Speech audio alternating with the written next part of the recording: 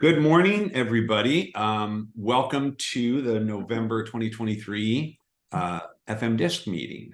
Got a good meeting today. Got new presenter. We've got some nice segments here. We're going to have Deb Norton, who is a first-time presenter, starting off in just a second. We've got Chris Moyer doing his always fantastic sort of news of the world. We're going to do a meet the board member with our very own Lynn Allen. We'll take a break and then we will come back and take a look at the second part 2 of the FMDiSC survey that we did last year. So I think with no further ado, Deb, have I given you hosting? Let me see if I can share. No, I need to. Well, we need to get that taken care of then. Let me see. There she is. Many of you guys know Deb. She has been a member of the community for eons. She's a charming individual, has always had a great eye for interface and design and so forth. This is her first time presentation, so let's show a little love. Hi, everyone. It's good to see you all. Lots of you I know, lots of you I don't. I'm nervous, but I'm trying to do things that scare me to keep myself growing. So this is one of them. I do want to say, hey, Lynn Allen, I don't know if you remember, but way back in 2003, you are the first person that I emailed from my cubicle with my free trial of FileMaker and sent you my little solution, and you said, oh, you need things like, primary keys, but all in all, you're off to a good start. And I just want to thank you personally because you gave me a lot of encouragement. And here I am 20 years later. Amazing that we're just sitting here sharing space again. Like, that's just the coolest thing ever. So I don't know if you remember me, but so I used to come to FMDiSC back in the day when I lived there in LA. Now I live near Eugene, Oregon, in a beautiful little corner of the country, with a little river here. So life is great. And aren't we so lucky that we get to do this career and work from home? I still pinch myself. I'm not a typical developer in the sense that, like many of us, I don't come from a huge tech background. I was just a temp sitting in a cubicle with a problem that the company needed solved, and I was bored. And so I surfed the internet and found FileMaker, and the rest is history. For me personally, what engaged me in the work originally was that feeling of I wanted to make people's work day easier, including my own. Because I was a purchasing agent and we had a horrible DOS system. And so FileMaker just became the wizard that could do anything. And so my relationship to development has always been through users because I was a user. And I come from a long line of secretaries, actually. So lots of sitting behind desks. So I wanted to do what I could to make that experience a little bit more enjoyable for people. And I still hold really strongly to that ideology that we do have the privilege of, affecting how people spend most of their time every day staring at our systems. And so I've always really believed in trying to make it a fun and tailored custom experience. So all these years later, I started to wanted to understand a little bit more about design theory. And I took a design class from an online class from Parsons School of Design. And I learned all about what's called user-centered design / design thinking. I don't know if any of you all are familiar with those terms, but you'll probably find out today that you use a lot of these processes just organically because FileMaker lends itself so naturally to this process. So I'm going to go ahead and share. I have some slides. They're nothing much, but just something to look at. So hopefully you can all see that. Good. All right. Yep. Can see it. Thank you. Okay. So originally I was thinking more about calling this something with user-centered design. However, after doing a little bit more research, I found that it's actually the term design thinking that is used most often in tech. And so that's sort of where I morphed my topic. Design thinking is a process and it's a roadmap, and it's very simple and it's not a long process, but it is iterative. It goes back and forth and circles back on itself a lot, but it's very simple. And I'll be curious to hear from you all how many of you actually just do this naturally. I know that I do, because I'm a really emotional type person. I have a lot of care for other people. I have an altruistic streak where I'm always trying to see how I can make things a little easier for people and relieve some of the suffering that we feel in the world. And so for me, empathy is like breathing. It's just the way I was born. And so the coolest thing about this theory and this process is that it begins with empathy. And so for me, that's like a slam dunk. It feels right in my wheelhouse. And so that's why I've latched onto this so closely. As far as the success and the history of design thinking, it goes back to the 60s. I did do a little research to see, like, does this actually, create results? And, it's not hard to understand that Apple definitely uses this process. And even IBM reported a return of $10 for every $1 invested in design thinking. It leads to lots of innovation, and it leads to creating a custom tailored experience for users, which, as we know, that's where we excel with FileMaker. We have the ability to create these custom experiences, and that's our strength.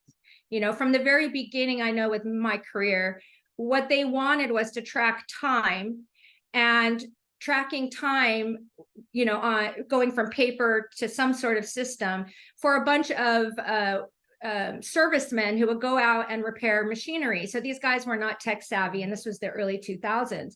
And so I had to get in their heads. I had to really throw stuff at them, see if they liked it, see if they would actually do it, for one, because a lot of times people just, refuse to use the system. And I know lots of us have been through that. When I first created the system for this company, the manager there was really smart, and he told me there was a book called "Who Moved My Cheese?" And many of you may have heard of this before, but it was basically a theory that people will want to go to the same place. The mouse will want to go to the same place for food every single day. But if you start to change the route of the maze for the mouse to get there, it takes a really long time for the mouse to figure out how to get around the obstacles and get to the cheese. And people don't necessarily like that process. It's very uncomfortable. And so I immediately took on the mindset that I had to get people feeling comfortable with this big, huge change of going from paper and even going from nothing, no time tracking at all, to having to use a system every day, having to sit down at a computer every day. And it was a big challenge, but it worked. In the end, everyone was using it. So the basic process is, let me get to another slide. There. All right, so these are the benefits. Obviously, we get an enhanced user experience. It becomes a lot more fun if a user has had some say into what they're going to be working in. Way back at the beginning, when I started working for Bob Shockey, I think one of the things I'm most grateful to him for is that he took me along to every single meeting.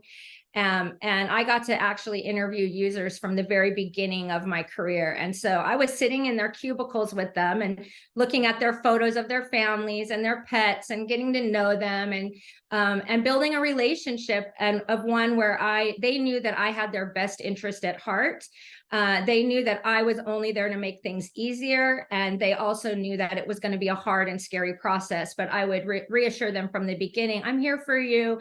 I'm right in here in the trenches with you. We're going to co-create. something that's going to make your job not only easier, but hopefully maybe even more fun.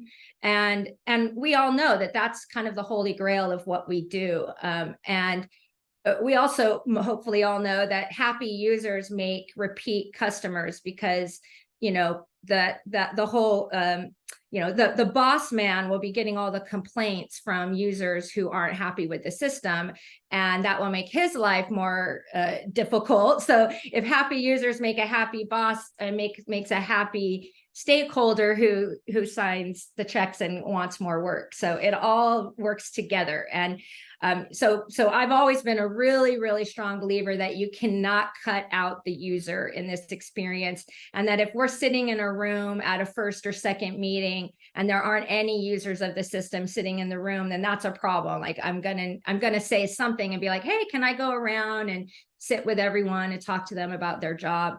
And honestly, the first question that I usually ask is, what do you hate about your job? And people are usually very excited to tell me what they hate about their job. But to me, that's like mining gold. Like every single pain point, I write it down and I figure this goes on the list of problems that I need to solve. Sometimes that can blow up in your face. So you have to maintain a certain amount of control over that. But for the most part, I feel like they really appreciate that question. I was just on site this summer, and I hadn't been on site with users in quite a while, because obviously things have gotten a lot more remote for us, especially during the pandemic. And it felt so good to just sit there and say, what do you hate about your job?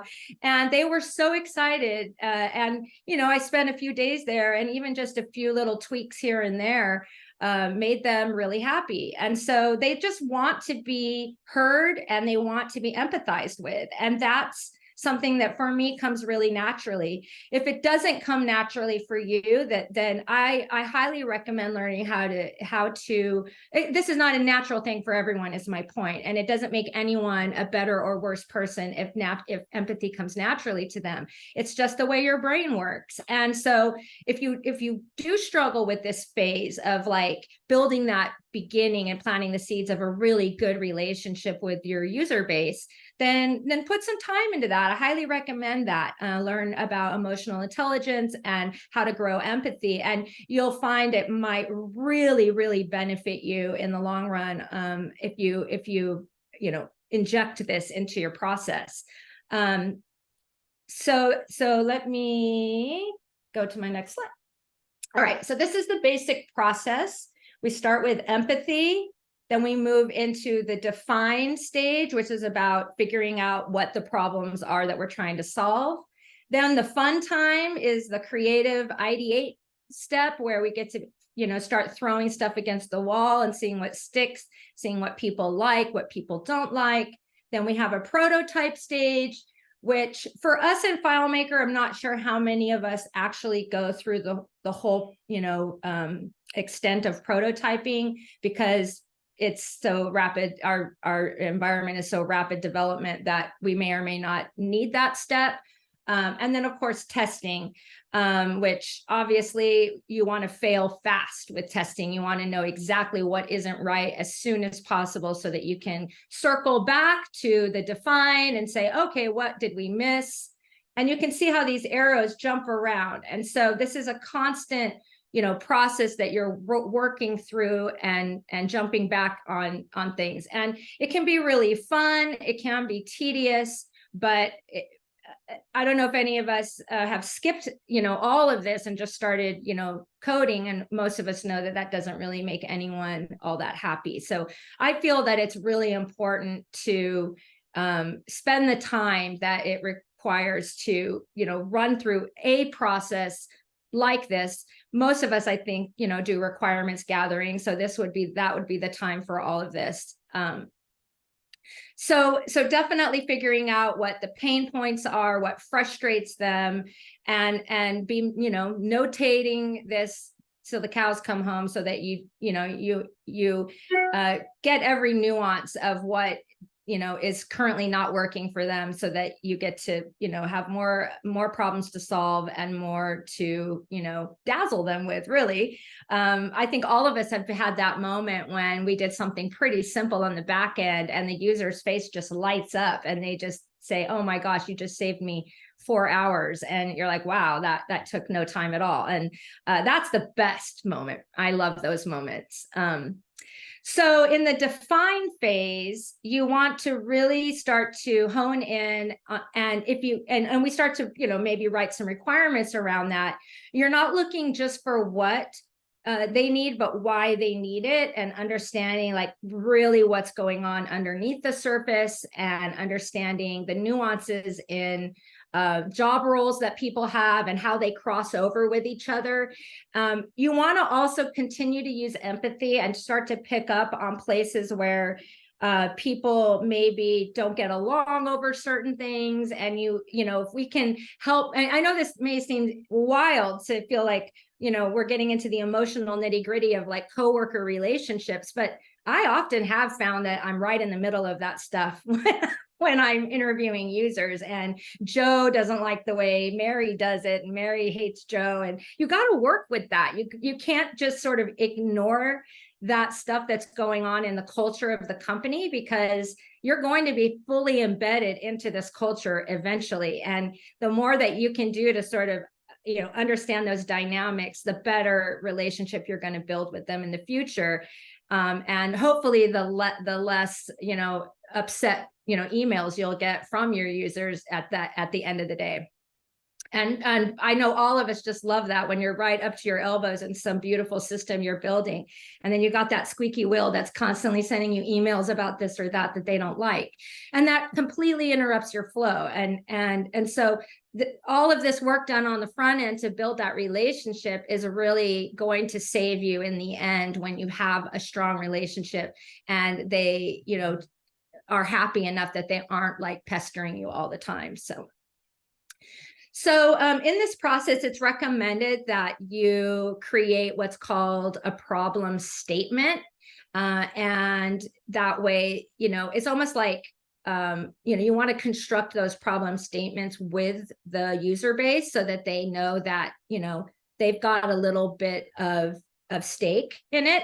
I find that if I use even one small idea from a user that may or may not fit perfectly in the way I was thinking about doing something, but if I use their idea, they glow, they light up, they feel smart, they feel seen, they feel heard, they love it. And so it really does go a lot for that whole you moved my cheese process, because you've made that cheese even tastier now. So they want to go look for it. And it makes a huge difference in the, whether or not they are actively testing it when you need them to, because they're excited about it. And that's sort of like the perfect world that you want. I know lots of us, I know for myself, like you build this beautiful system and it just sits there and it's like, why is nobody testing it? That's a problem. Like there's something that's blocking them, and it's most likely fear. Because it's new and different and they're afraid of it. And even though their old system is clunky and horrible and manual and painful, they will still prefer that to the new system just because they have fear. And so mitigating fear is actually a huge part of this process and a huge part of our job. So a good example of a problem statement will identify the user. It'll specify their needs. It will highlight any obstacles and suggest the possibility for a solution. So here, let me move through my slides. Oh, here's my empathy slide. I forgot about these slides, but here's one, just thinking about, each individual user and their different ways and different challenges they have, like, whether it's eyesight issues, you got to think about that. Whether they're colorblind or whether they just have some sort of fear around, how they show up, like all of that stuff you can tap into and start to understand them a little bit better. Here's the define slide. This is where you're really starting to understand, tell me, show me, involve me. They want to be involved in the process. Nobody likes feeling like they're being taken along on something that they have no say in. All right, so then an example of a problem statement would be, instead of saying we need a database that tracks sales, we could say sales teams need a way to visualize their pipeline in real time to quickly adjust their strategies and meet quarterly targets. Another good example, local small business owners struggle to maintain customer relationships due to the lack of integrated customer management tools. They need a way to track customer interactions and sales history in a single user-friendly system that provides actionable insights, enabling them to personalize service and increase customer loyalty. So that's a really, robust, good example. A good problem statement like sets a clear direction for the ideation and development phases. That's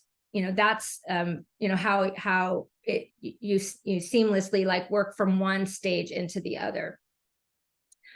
Okay, so then the ideate phase, which is, the time that you just sort of get to go wild with creativity and ideas, is a really fun stage. And I feel like a lot of times this stage gets rushed because we want to get it right the first time, and we forget that, we don't have to get it right the first time, that this co-creative process is about just throwing stuff out and seeing if it works. And if it doesn't, you want to be able to pivot quickly into a different idea. So, you can imagine like a sandbox with no edges, and that there's no constraints, and we're not thinking practically yet. We really want to engage our imaginations.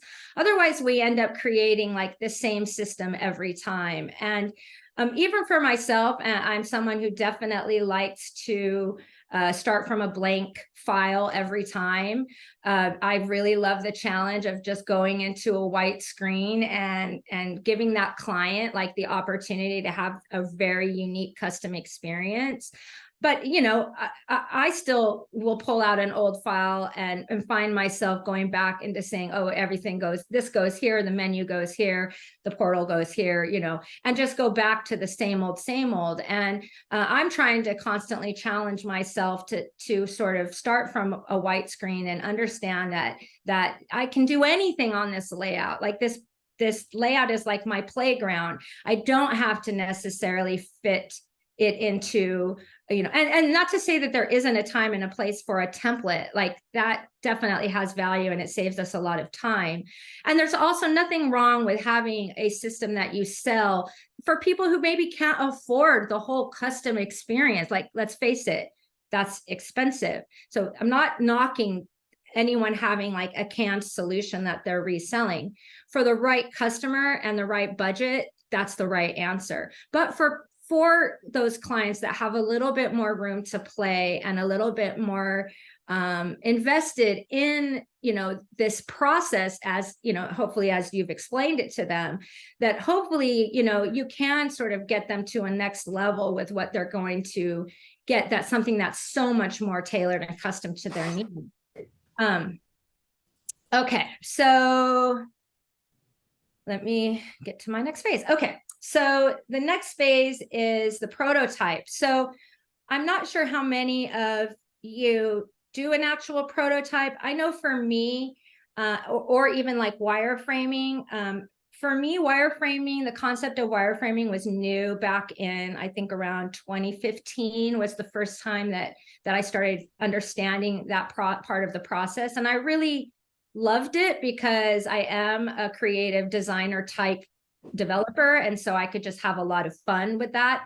And I always found that FileMaker made the perfect tool for prototyping. So I have a file that I keep called mockups, and it has, like one table with a bunch of just text fields, repeating fields and repeating number fields. And then I can just sort of play without any intelligence behind it with screens.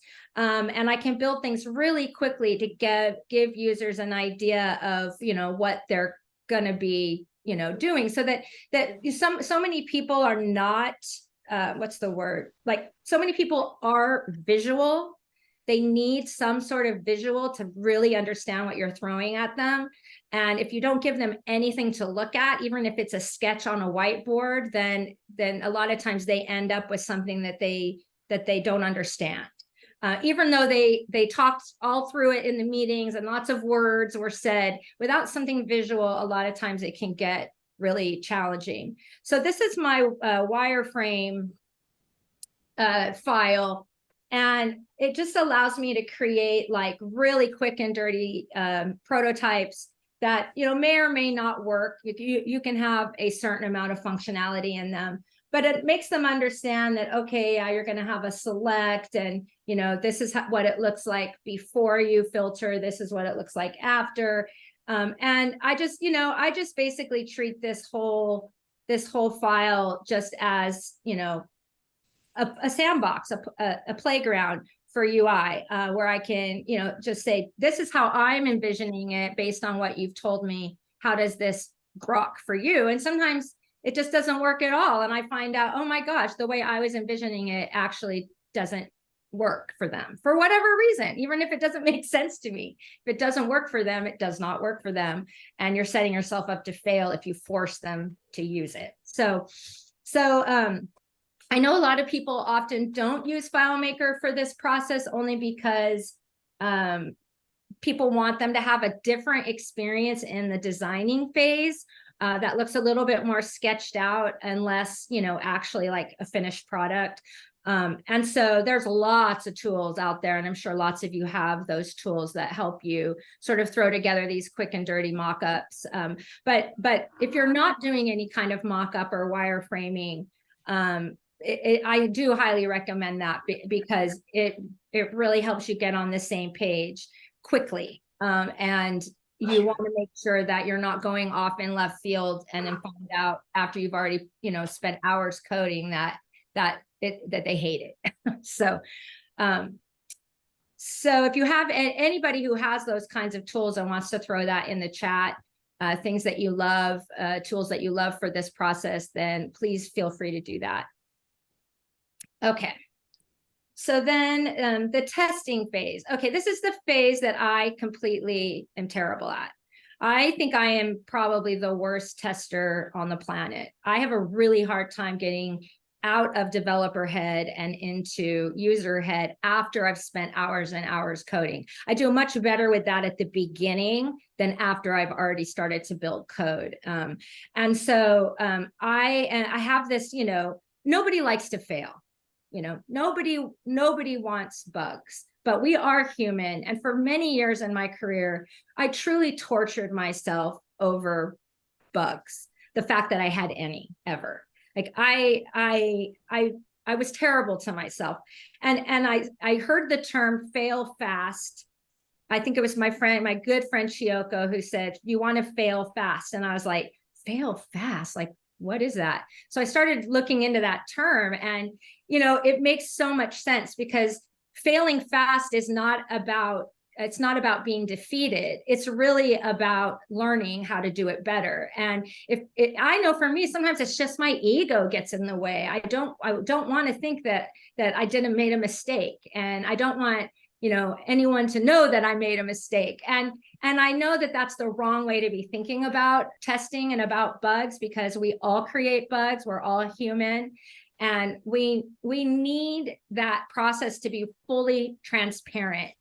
You need everybody to understand that is part of the process of building custom software, is that you're going to trip over problems and bugs. And that's why it's so important that everybody be involved in testing. And if you don't have, I always build a bug tracker into every solution that I build. I actually made it an add-on now, so I can just add on my entire bug tracking system. I really want them to feel like it's super easy to let me know they found something wrong. So I always have a custom menu that says issue. They click it, they report, put a screenshot, and it emails to me. I want to know immediately, and I want them to feel that it's very easy to tell me that they don't like something. Now, that's a can of worms, obviously, that could seem like it could get out of control. And sometimes it does a little.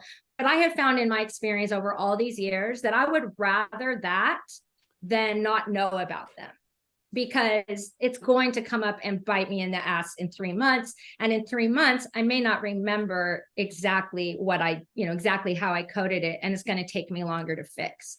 So the idea that you're, giving a full testing period of time and you're building that into your timeline is so important.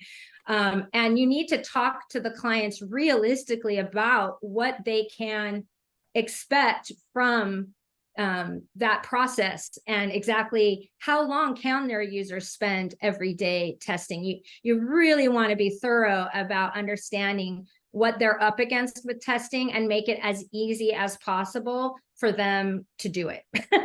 Because, for most of us, we hate to go back and fix bugs. It's a horrible thing. Nobody likes that. And nobody likes to encounter them. But if you have a process and a time period set up where this is what this time is for, is to fail and fail fast. And I know a lot of us probably say, we want you to try to break it. Oh, I always say that, and I'm always like, oh, try to break it. But I know, and after all these years, that it is the right thing to do. I have to get over myself and just let them have at it. And so I've always been, because I'm a terrible tester, and because, I have my fair share of bugs like everybody else, this has been one of the more difficult, psychological aspects of this career for me. And I hope some of you probably can relate to this. It's like what we do, and I tell people this when they ask me what I do, is, we have to be perfect. We have to get to a place of perfection. We have to. We're crunching numbers. We're generating financial reports. I built a system that pays thousands of people in payroll their paychecks in Mexico every other week. Thousands of people are getting paid because of a system I built. It has to be perfect, but we have to allow ourselves to get there, and understand that there is that big part of all of this of failing. And I also love the term failing up, because most people don't succeed and get to that pinnacle of success without a lot of failure, a lot. And most people will tell you who are highly successful is that they learn how to fail fast and pivot and improve and try again. And that's how we succeed. I have struggled with that truth throughout my life. And it's something I still work on every day, because, we're being judged every day for what we do. Every day someone's using our system. So every single day we are opening ourselves to be, to fail. And so, I think you may or may not realize, but over the years, we've all had to develop kind of a tough skin when it comes to that. And it's kind of I think a good part of our career, because that expands into other parts of our lives, I think. And being willing to try stuff and being willing to fail is a really important part of success. So, okay, so that's the process of design thinking. It's not super huge. It's not super intricate. It's very simple. Like I said, many of us have probably used this without knowing it. And I'd love to hear from you. Anyone here, would you like to share your thoughts or your experience with this process, whether you knew you were using it or not? And I'm not sure exactly how to control this part. Dave, how does this part work with the Zoom? What are you trying to do now? Just ask if anyone wants to share about their process and how. Oh, you ask. So Tony will always have something. There we go. Okay. All right, here comes at least my one comment per meeting. First off, I really, really, really like what you're saying about empathy, even with those pesky users. But empathy is awesome. That's number one. Number two, I like what you said about the help ticket system, or whatever you called it. I think you called it the help system. Might be a feature, not a bug, not always a bug, sometimes a feature. I think that's a demonstration of empathy. And maybe one day I'll do a presentation on a help ticket system where, how to do it well. Screen captures a link back to the record, the file, the layout, the record. So we have a help ticket system, and it shows that we care. Yeah. Yeah, very true. Yeah, they don't want to feel like you've nudged them off a cliff and then you just disappeared. I've always wanted to be one click away. I'm one click away. Like we're in this together. People really do appreciate that. And honestly, I don't know, for me, it gives a whole nother dimension to my job. It does make me actually feel like I'm helping make the world better by just making the daily worker's life a little better every day. So, okay. And if I may, one final thought on that is, in these days, you can tie in a Slack notification. And I think the customers are rather dazzled if there is an issue, and, we've had bugs. But, if something goes wrong and either the script sends an error saying, because you hit a branch that you weren't expecting, or the user puts in a help ticket, and you call, and you get a Slack notification, little red circle somewhere, and it goes beep, beep, beep, or whatever, and you call them like a minute later. So it gives you permission, I think, to have more bugs. If you get back a minute, it's like, yeah, there was a bug in the system, but I called you like 2 minutes later. So, it's a good way to go. Yeah, That's it for me. absolutely. I think one of the things that, like, for me, feeling, really self-conscious about bugs, the way that I sort of mitigate that in my mind is like my ability to respond quickly and at least let them know I'm on it. Even a lot of times I'll just say on it and send the email. They love that. People feel like, okay, I'm not stranded out here by myself. Albert. Well, it was Tony Dunn. I'm sorry. I did raise my hand. I thought I might be queuing up behind a whole bunch of people. Nope, you're just the next person. I'm done. Hey, Tony. And Deborah, thank you for this. Man, I talk about empathy. I was emoting when you were talking about worrying about bugs and the strain to be perfect. And I guess with all the kindness in my heart, I'm going to disagree with you because it's not gonna be perfect. Look, we have these patterns that we use at Smallco, and my buddy Jakob, his favorite one is called the Golden Repair, and Golden Repair is kind of named after that form of Japanese pottery. Yes. Repair, right, where you have the gold, you actually heal the crack at the goal, and it actually becomes stronger. It works very much like it works when you break a bone, and the point of the break is actually stronger. And the thing is, if you don't ever have a bug, you never get the golden repair. That's very true. I love that. I love that example. I think of that actually that exact Japanese art form frequently in my job, because it does remind me that it's okay to make mistakes, and a lot of times mistakes make things stronger in the end. And so that's the whole concept of failing fast. In my last 10 minutes, I want to share with you a quick demo of a solution that I built for myself.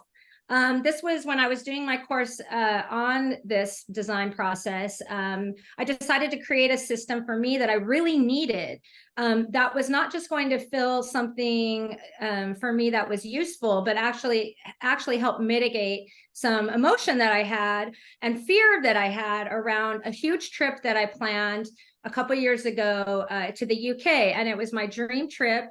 And we were going to massive road trip for 3 weeks. And so lots of details to keep track of. And I had a lot of anxiety about being lost, about not knowing where I was going. And so I decided to build this system with that need in mind for myself. And I built it in iOS because I didn't want to be able to use it in developer mode. I wanted to definitely be something that I had to open my phone, be in a user mindset, try to use it, get frustrated, but not be able to jump into layout mode really quick and fix it, because I'm trying to separate Deb, the traveler, anxious traveler, from Dave, the mastermind developer, right? So and this was a great process for me to help understand even more deeply what I can do and questions that I can ask my users in the future. So it was really time well spent. And also I actually used it on the trip. It actually worked. and it was awesome. So it actually solved my actual problem that I had. So from the beginning, I used some of my own photography. I wanted to make it personal and remember that time I was in Venice.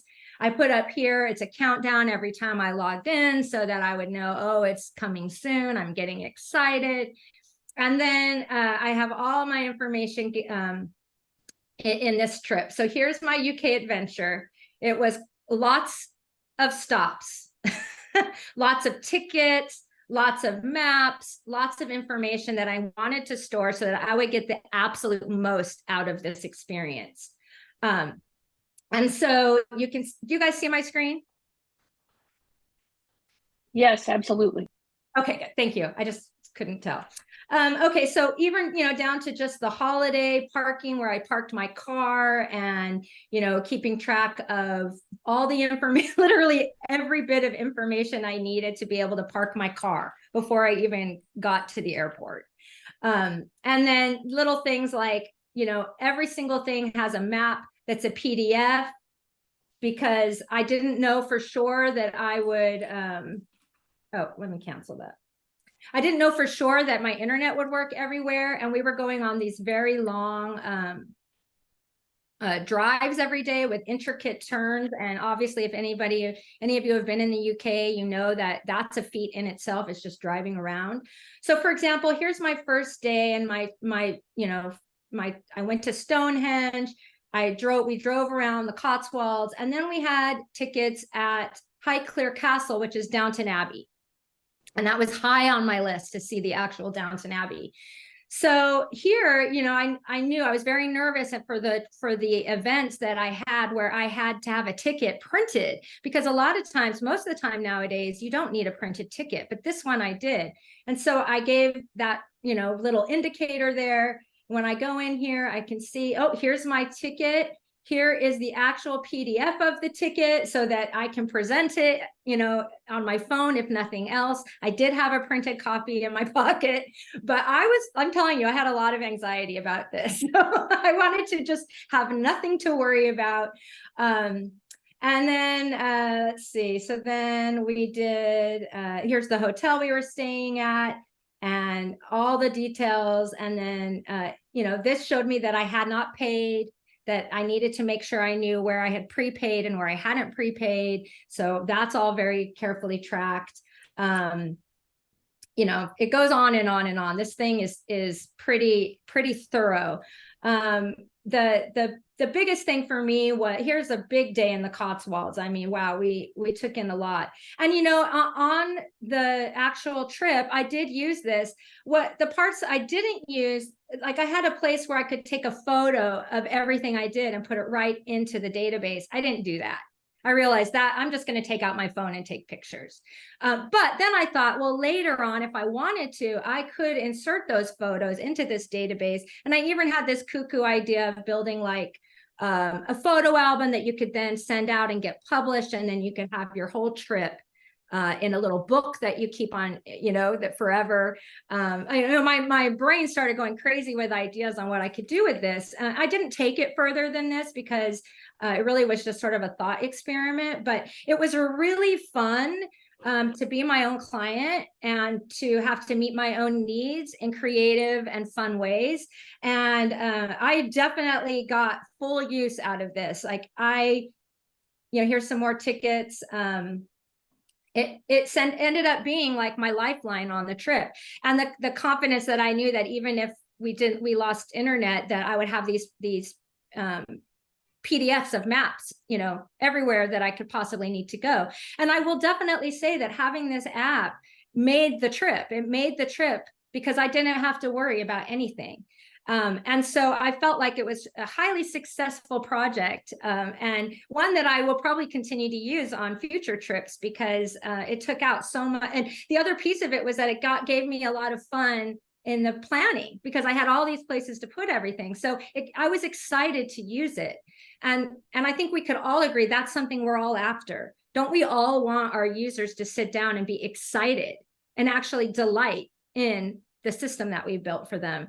Because they do it every day, 8 hours a day. Like, it's our opportunity to do something really special and make people's, day a little better, which hopefully makes them a nicer person. And in a sense, then aren't we all making the world a better place through our little ones and zeros? And that's sort of my end game with all of this, especially as I get older. I just kind of want to help in the world. And we actually have a really, really good ticket to help people with technology. Like, we are really privileged to be sitting in this space with such an amazing tool like FileMaker, because it really does offer us that ability to give people these custom experiences, which I believe is the future of tech. With AI, we've got to keep up. We got to tailor and customize things for people's individual needs, in order to stay relevant. And I honestly believe that FileMaker is what gives us that. Like, we can develop so quickly and customize things so easily that we should really lean into that more and more and more as AI becomes a stronger component of the tech world, and even in people's everyday lives. So that's it. Any questions or comments? Thank you for the claps and the hearts. I was really nervous. Thank you for being so nice. You did great. You did great.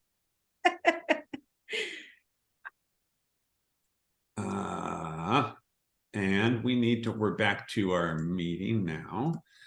Great job, Deborah. I really enjoyed that.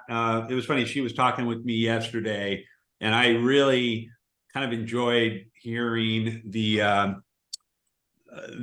I'm my own client and I have to keep myself happy. And I had to put that hat on for a while and switch back and forth, which I thought was quite charming. Okay, next up, I think we have Mr. Chris Moyer, News of the World, etc. So, Chris, what have ye to share with us? All right. Can everyone see my screen? Oops, no, probably not yet. Yes. No, I see you. Now Now I see your screen. there we go. Okay, awesome. So it's been a busy week at Lake Wobegon. Lots of stuff going on. For those of you who have fired up ChatGPT and have an account with OpenAI, they've been having some outages. And what's been going on is Anonymous in Sudan has instituted denial of service attacks against them. And they said the reason behind that is because of the company's general biasness towards Israel and against Palestine. So Anonymous Sudan is attacking OpenAI. And you've probably, if you're a user, have probably been seeing something like something seems to have gone wrong errors, or there was an error generating a response. That's Anonymous Sudan doing that to you. And that's why. Interesting thing to note is they have confirmed that they are using the Skynet botnet in these attacks. And it's a layer 7 attack, which means they're attacking the app directly, just trying to overwhelm the service itself with a whole bunch of queries so that it can't handle all the queries. So I thought that was odd. Sort of a related thing, speaking of OpenAI, is that there was a news item yesterday, I guess it was, that Microsoft had limited access, the access of their employees to OpenAI. And what had actually happened is they were testing out a new LLM endpoint protection scheme and accidentally shut off access to ChatGPT by Microsoft employees and said, whoops, our bad. And then they undid it. So someone in IT did that, but it wasn't any sort of official policy of Microsoft to shut off their access to ChatGPT and OpenAI. But it sort of made a little blip in the news yesterday, and then they said, whoops, our mistake. Something did catch my eye the other day, though, and that is this. There was a lawsuit in Washington State where Honda, Toyota, Volkswagen, GM, and I guess Ford was involved initially, but eventually got dismissed. But apparently, the automakers say that they are allowed to record and intercept the car owner's text messages. And they were trying to set up a class action lawsuit to prevent that from happening. And I thought, wow, that sucks. I guess I shouldn't hook my phone up to my car if I want to have a private conversation or something like that. But it's worse than that. It's way worse than that. Check this out. So starting in 2014, the infotainment systems, if they pair with your phone, will store a copy of all, not just the ones that you run through the car, but all text messages on the smartphone that has been paired with the car will get slurped into the car. There's a company that they've been partnering with called Burla Corporation. And once those messages get guzzled up by the car, Burla software gives you no access to access your own communications, your own call logs, but they will be happy to hand it over to law enforcement. And so they'll rat you out, but you have no ability to maintain your own communications on your own device that just happen to be paired up with your vehicle. And so the car companies are using, it's the old chestnut, if there's no cost to the product, then you are the product. So the car manufacturers are selling car owners' data to advertisers. So if you had any message anywhere and you talk to your car with that device, then the advertisers are getting hold of it. And so for some of you who say, God, I just swear I was just talking about it. Yeah, no shit. And it's not even just that. Car makers are increasing the number of sensors they put into cars. So they are recording you in the car and selling your conversations. So watch out for your car. Your car's not your friend, which I was kind of disappointed about. And I had no idea about all this until I started looking into it. So that's one thing. There is no regulation about this as of right now. This was dated August 6th, and some people were saying, well, maybe we should put some guardrails around this. No, nothing yet. But for those of you who are the type to agitate your Congress people, it's time to agitate, because this is not a good state of affairs.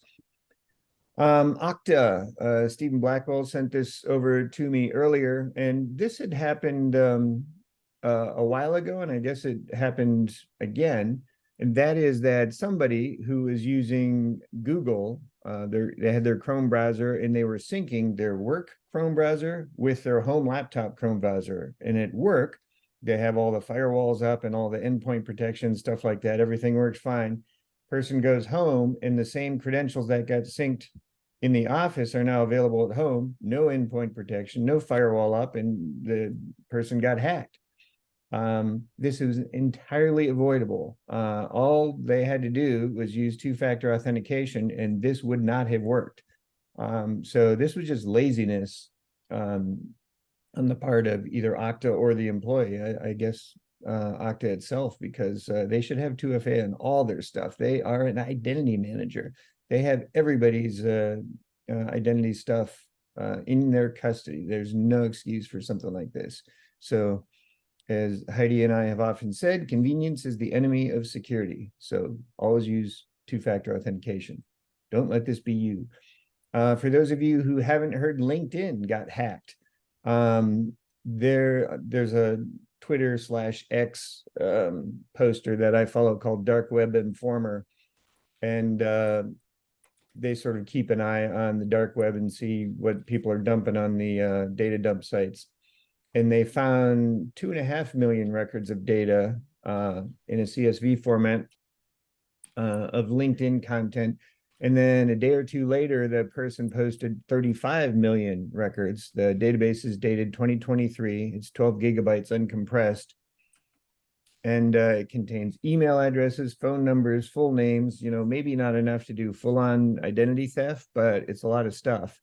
And so if you have your LinkedIn password used anywhere else, I would change that. And of course, make sure you use two-factor authentication. Earlier in the year, I had talked about what's going on with all the layoffs and what's going on with interest rates going up and how that's squeezing companies. And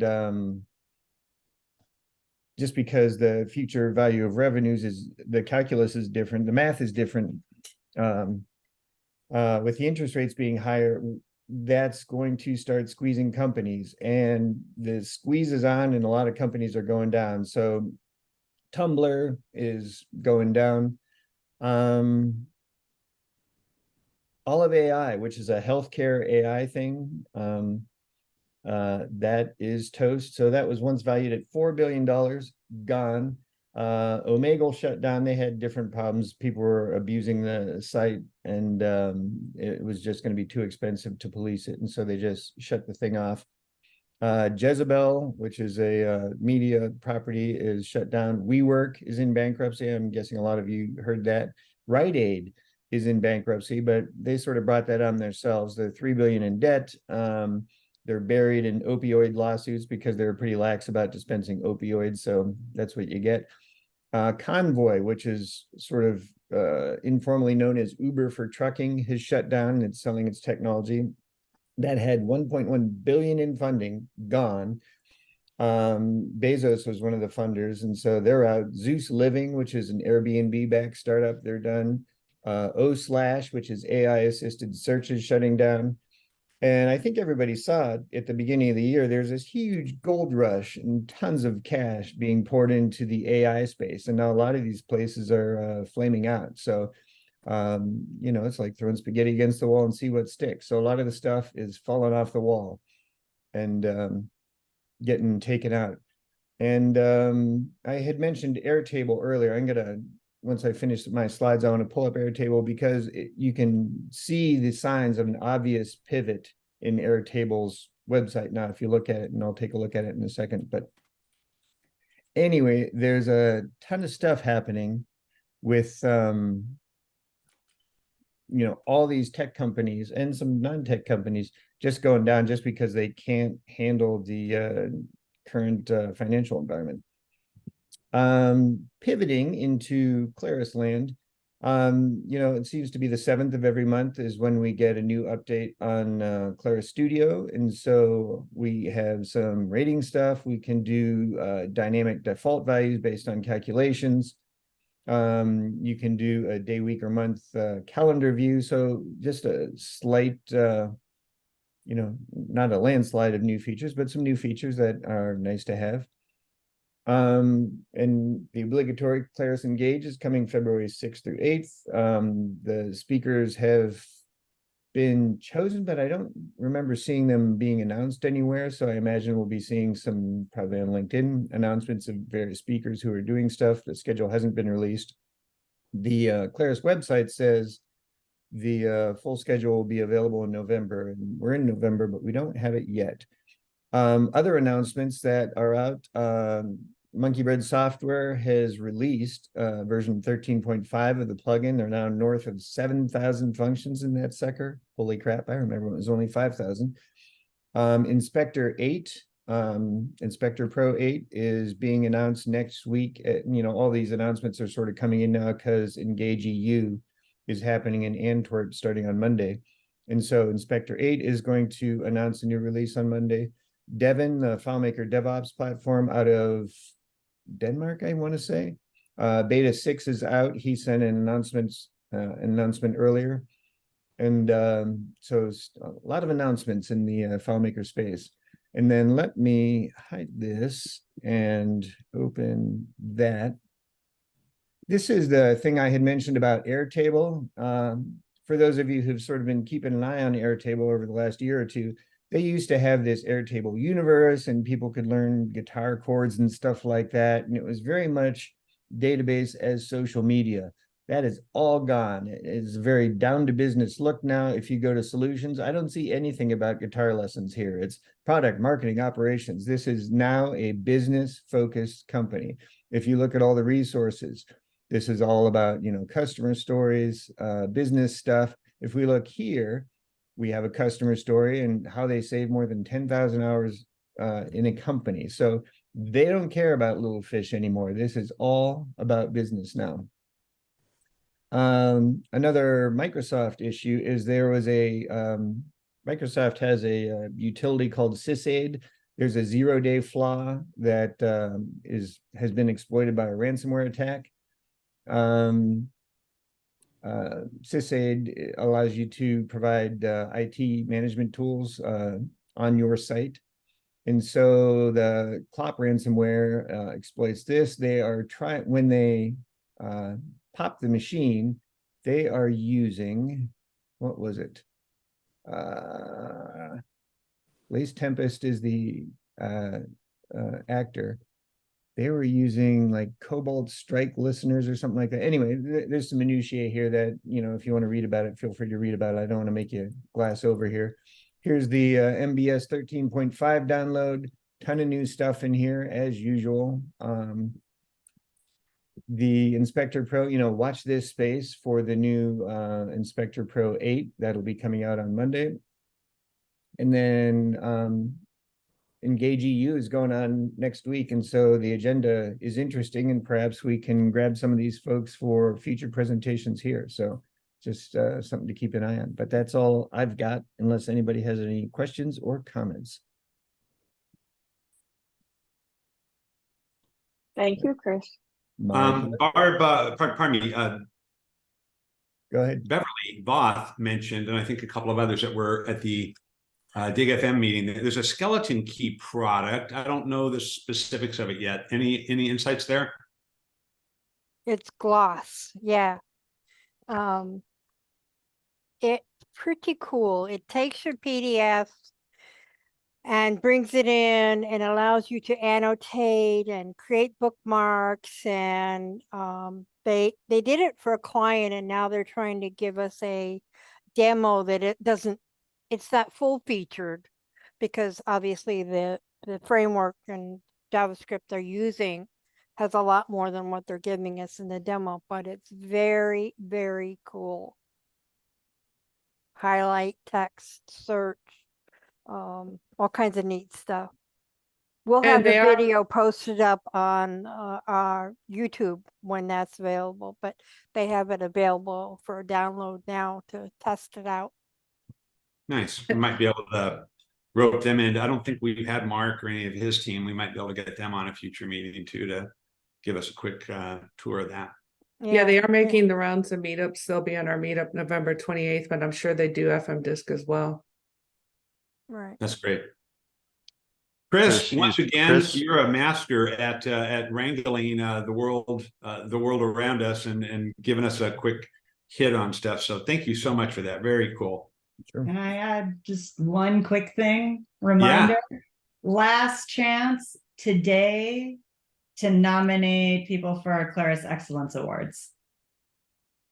You have a link for that in the chat, Rosemary? That'd be fantastic. I will dig it. I was just looking for it. I just wanted to make sure you all knew. And the big change this year is you do not need to be at Engage to win. So you feel free to nominate anybody. And Rosemary, do you have an idea for the community yet on the announcements of the topics and the sessions and so forth? Coming soon. That is my project for next week, but I don't want to promise that we're actually going to get it up before Thanksgiving. So it'll either be probably late next week or early the week after Thanksgiving. Got it. Perfect. Okay, next in the segment, we've been, just to kind of give you guys a little more insights into the leadership team here at FMDiSC. We're kind of doing a meet the board member, and our featured person this month is our very own Lynn Allen. Thank you. Those who know me may find this unbelievable, but I found this very difficult to talk about myself. So I'm going to try to treat it as a self-interview. Okay, let me share my screen.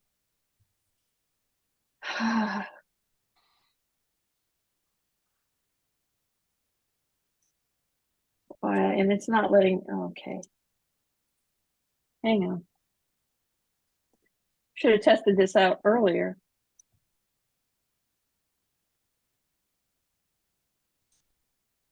Okay. Now let me share my screen.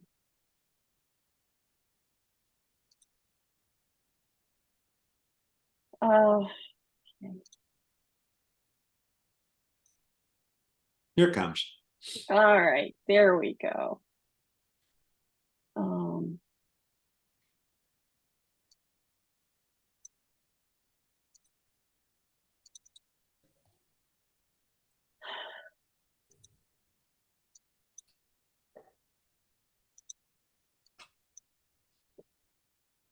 Why is it doing that? All right, there we go.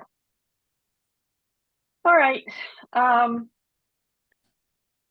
This was my idea, and I'm finding a little bit more difficult than I thought it would be.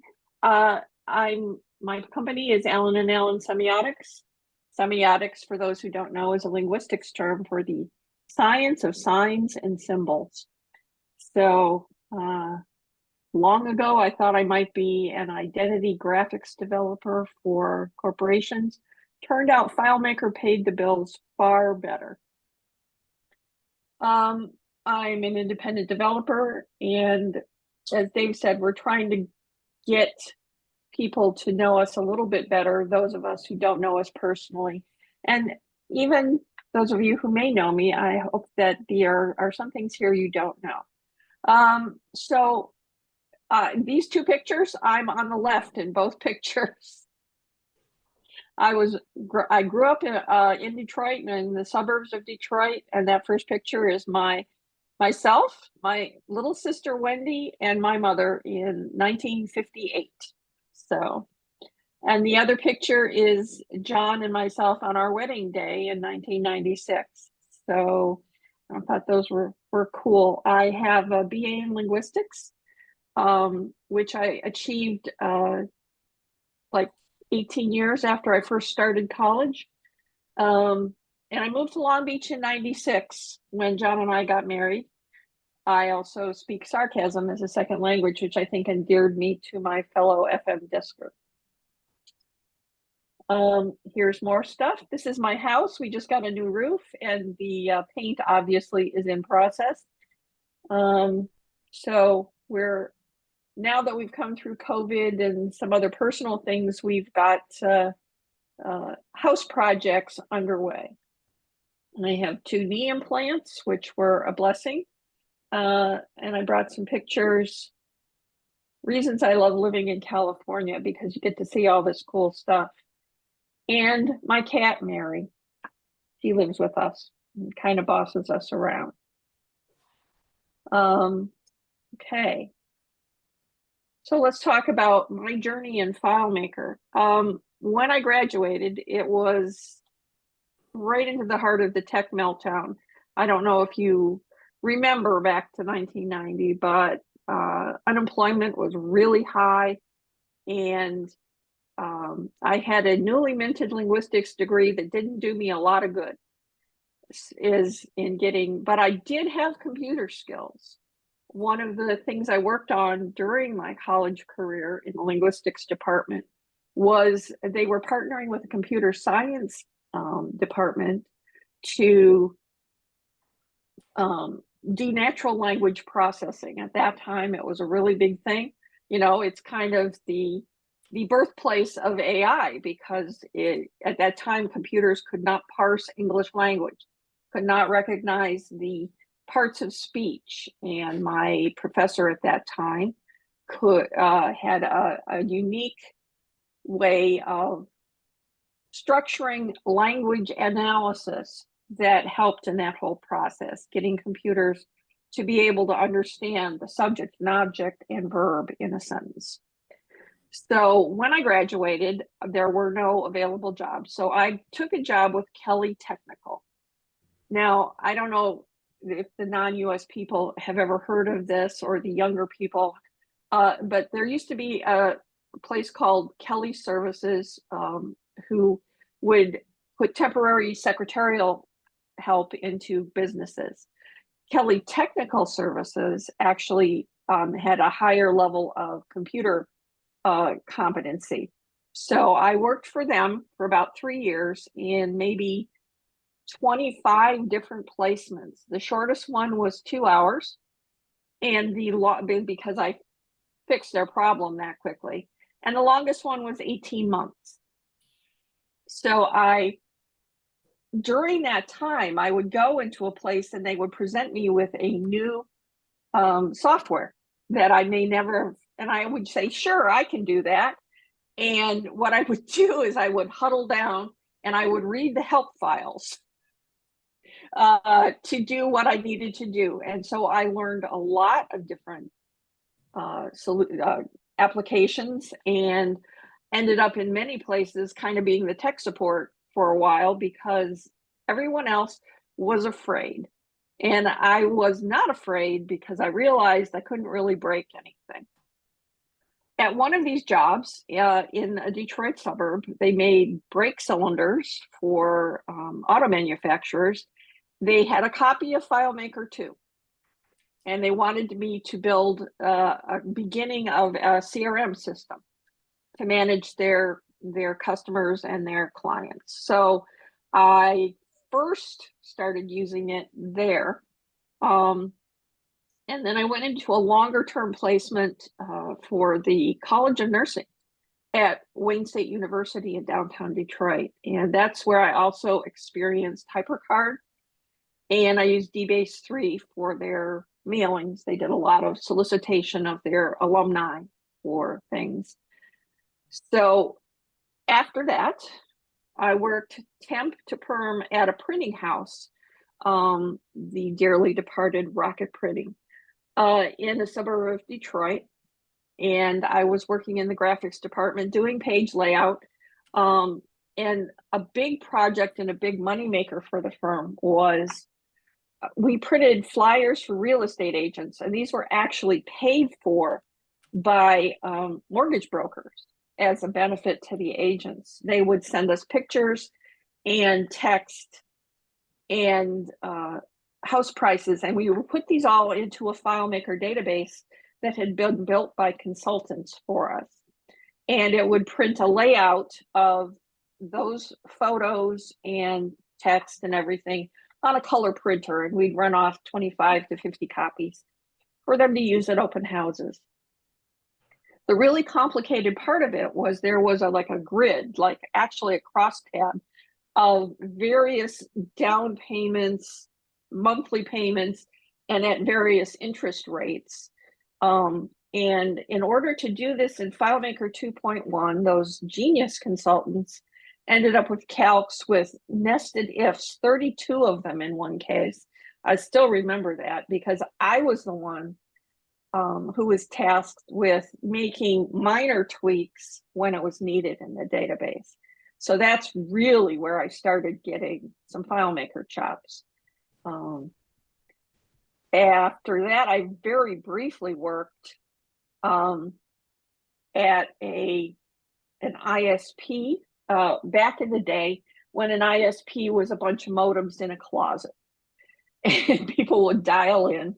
It was a business to business ISP, and it was eventually subsumed in the great ISP consolidation.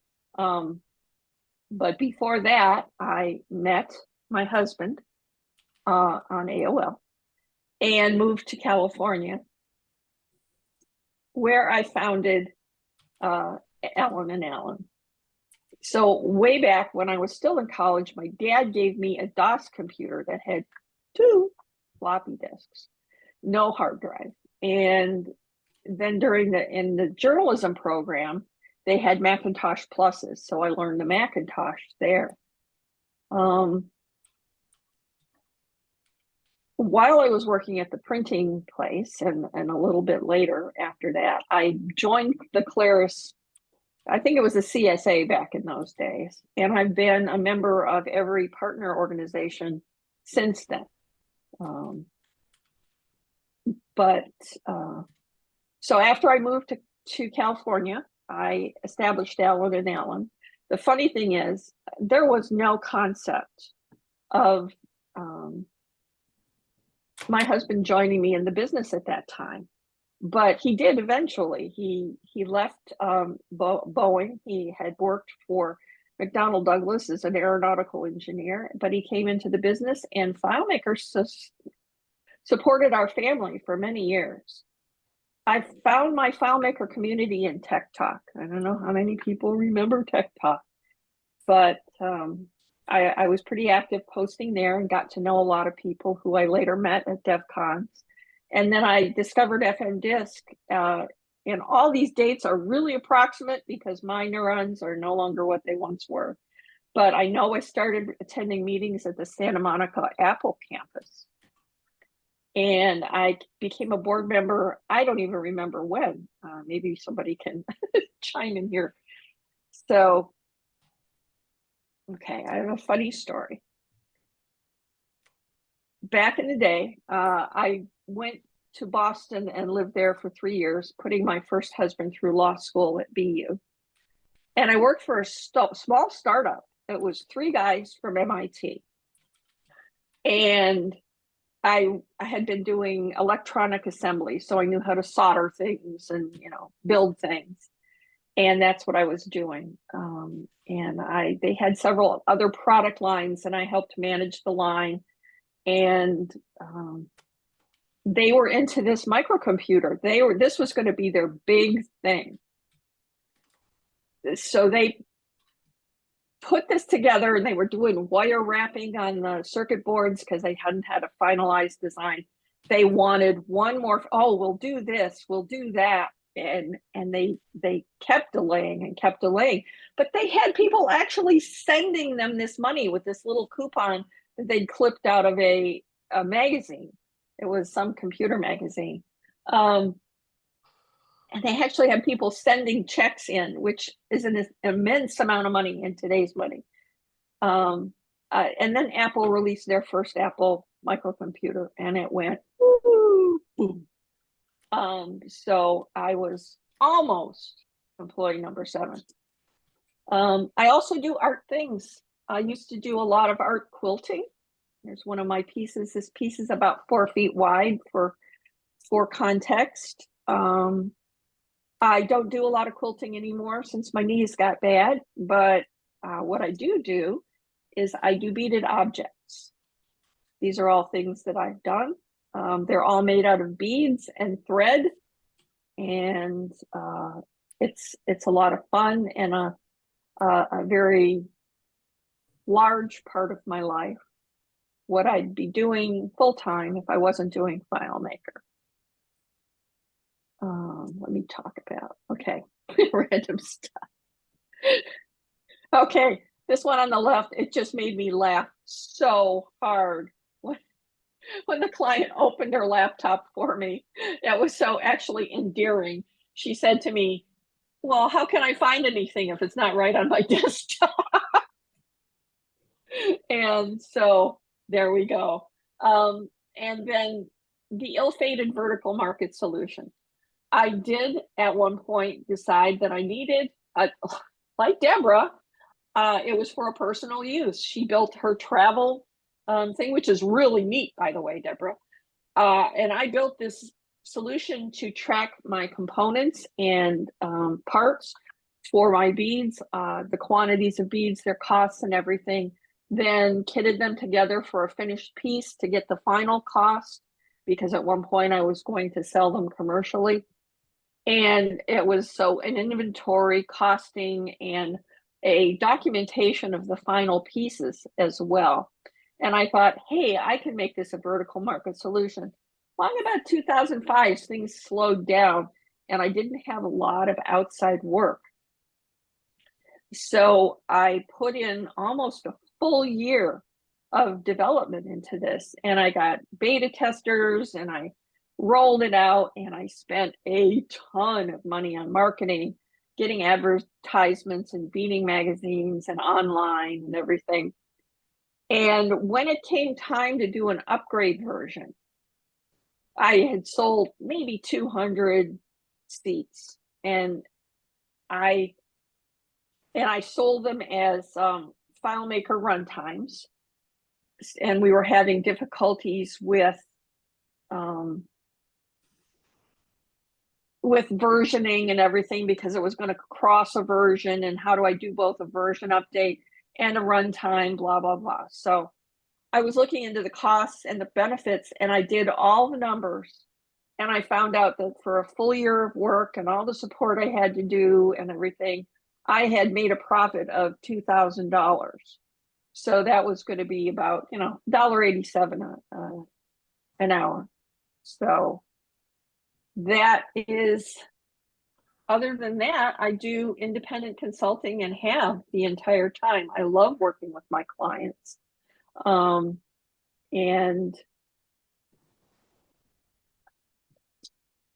that is pretty much it. Any questions? Anything else I should talk about? My involvement with the board, who are great people. I think you've done a good job, but I'd like to see if there's any other questions, especially in the bead yarn spinning area. I don't know if Rosemary's got like a couple of burning questions there, but Oh, I saw also wearing earrings that I made. nice little free advertising. Like you said, Lynn, I think these revelations are kind of fun. We did one with Bob recently. I think we do learn new things. I've known Lynn for 20 plus. She's been involved in a number of groups and email chat groups, and of course running the board here. And she's just a fantastic addition to our board. So I'm super proud to have her with us here. Well, thank you, dear. I think it's time now for our break. We're going to do breakout rooms for a bit. Probably be back in about 15 minutes. We'll do announcements after that, and then the final segment on survey part 2. Go get yourself a snack and rest up for a few minutes, and we'll be back shortly. Okay.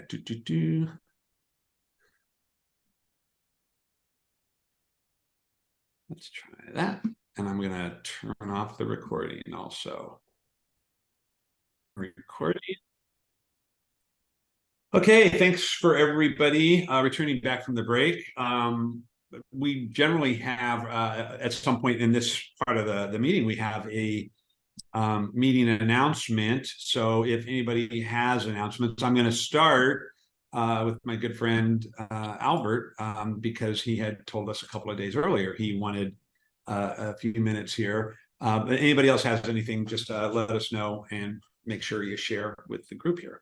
Albert, what up? Hey, Dave. Hey, thanks, guys, for letting me join. What a great group. And I love your format. I mean, this is not the same format as the last time I was around, but I think you evolved an awful lot to make the Zoom stuff work very well during COVID. I don't think I've been in a meeting since before COVID. So cool stuff. Can you all hear me okay? I'm picking up my grandson at school, and reception is lousy here. Yes, we can hear you. Okay. Kinda. Well, Jonathan asked me to present a little something next December 8th. And to make it work, it would be great if I had some folks who could show some of their work. Doesn't have to be current, but if it is current, if it's something that you're dealing with now, whether it's, work for a client or for yourself or whatever, that would be fantastic. And so I just want to ask a couple questions, yes, if I could. So, and I think I can see the show of hands. I'll look at participants. I think it's going to give me a show of hands. So, first question: anyone dealing with a solution now that has a top nav, like a row of buttons across the top, that kind of recapitulate your schema, kind of say stuff like, prospects, customers, quotes, orders, products, depending on the solution, of course, but something where your main data tables form your top nav. I see a yes from Robert. And Deborah, Barry, Tom, Priya. All right. Priya. You're identifying yourself by your company name. That's good. Good to see you, Alan. Okay, so this used to be an extremely common way to do a top nav in FileMaker, and it's still quite common. And so I'm going to be talking a little bit about that approach and how it makes sense at a certain age for a solution or for a certain time, and then makes a little bit less sense after that. So of those people, anyone who has moved beyond that kind of navigation, has gone from a top nav that recapitulates your schema to something else. Robert, again, Tony. Cool. Okay, so what I'm going to ask, and I won't ask it here, but if any of you would agree to just be on screen with your solution, it'd be really fun to kind of look at what you're doing and what you hope to do. And maybe if you're looking to move beyond that approach, I'm just going to suggest to you that it's possible to get to where folks want to go a lot faster with many, if not all, solutions by saying not what data do you want to look at, but what role are you filling, right? Okay, one more question.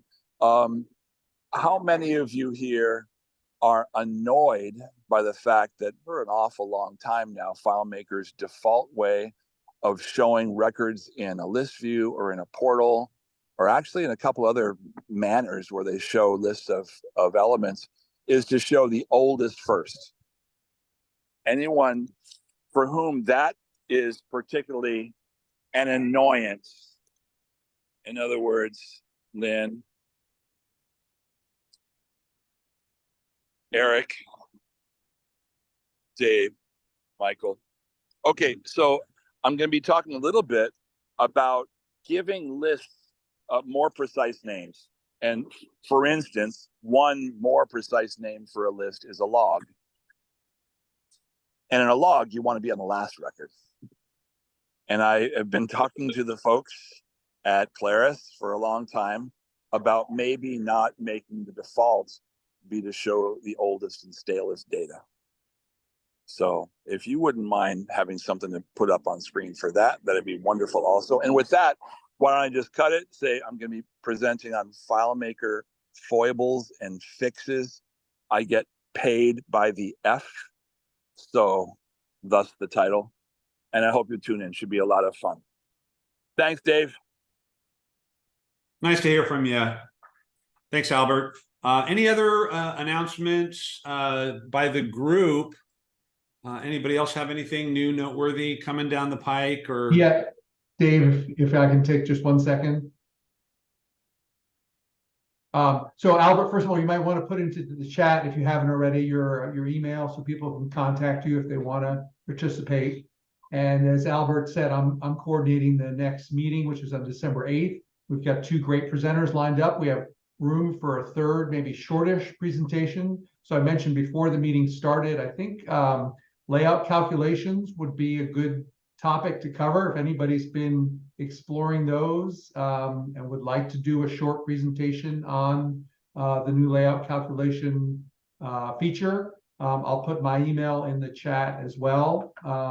And if, you know, it could be obviously on something else that's been introduced recently, but that was one that just came to mind. But if anyone's interested in doing just a shortish presentation, this is an opportunity. If you've been wanting to present or you haven't presented in a while, this is a chance to do that. Thanks. yeah, also at that point in time, we may know a bit more about Engage. So, you know, at that point, Rosemary may be able to post some links or something of that nature for sessions. Also, I understand from some announcements and so forth that we've got sort of a new developer community person at Claris. Rosemary, I don't know if there's time or opportunity to possibly get them in front of us and introduce them to the group and so on and so forth. Yeah, I think that might work for next month. This month was just a little hard because she's headed out on vacation. So yeah, she's like a little crazy this week. But yeah, I will raise that with her after the holiday. Great. Let's see. Any other announcements or news on the fronts? Okay, our final segment today is something, you know, again, our group has kind of waited quite some time for. About a year ago, we put together a survey of FileMaker customers, developers, etc. We kind of started distributing this around. We collected a lot of information from a lot of people. And we're going to we did an initial kind of review of some of that months ago, and we're going to just kind of take a deeper look at some of the other stuff. I've asked Mr. Chris Moyer, one of our board members, to kind of accompany me on this little journey. We're going to just kind of point out, you know, a number of things on what we're seeing and some points. So let's jump back in. For those that don't remember this survey, which is actually still open and up on the internet right now, it has about 90 data points that we're really kind of collecting information on. Obviously, if you filter those data points, you know, you can go, well, what's the average number of customers you have? And let's look at US developers versus developers from Japan or what have you. You can get some really analytical story out of the data by looking at it in slices and dices. We've tracked demographics, usage, satisfaction, confusion, and all sorts of other points in this. We've got hundreds of developers that contributed to this, many customers, maybe in-house developers, many freelance, independent contractors, things of that nature, and again, across 20 countries. So this is a pretty good segment of data. Then this represents the voices of FileMaker clients and developers from around the world. So hopefully it's going to be insightful. We the part one we actually released a year ago, so you can go to the YouTube video and see what we talked about at that point in time, and it was largely about the respondent. How many years have you been using the product? What's your age range? What size of company are you at? What's your satisfaction of the legacy platform, and so forth.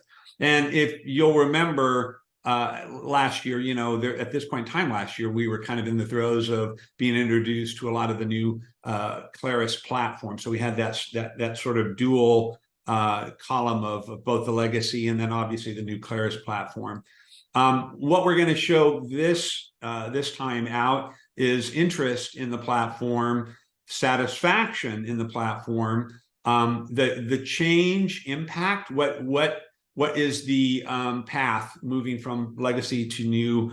A look back at historical marketing, what the future marketing, where this collective group would like to see efforts in future marketing, thoughts on alternate platforms. And then we also have a lot of general freeform comments that we've kind of whittled down to a few samples.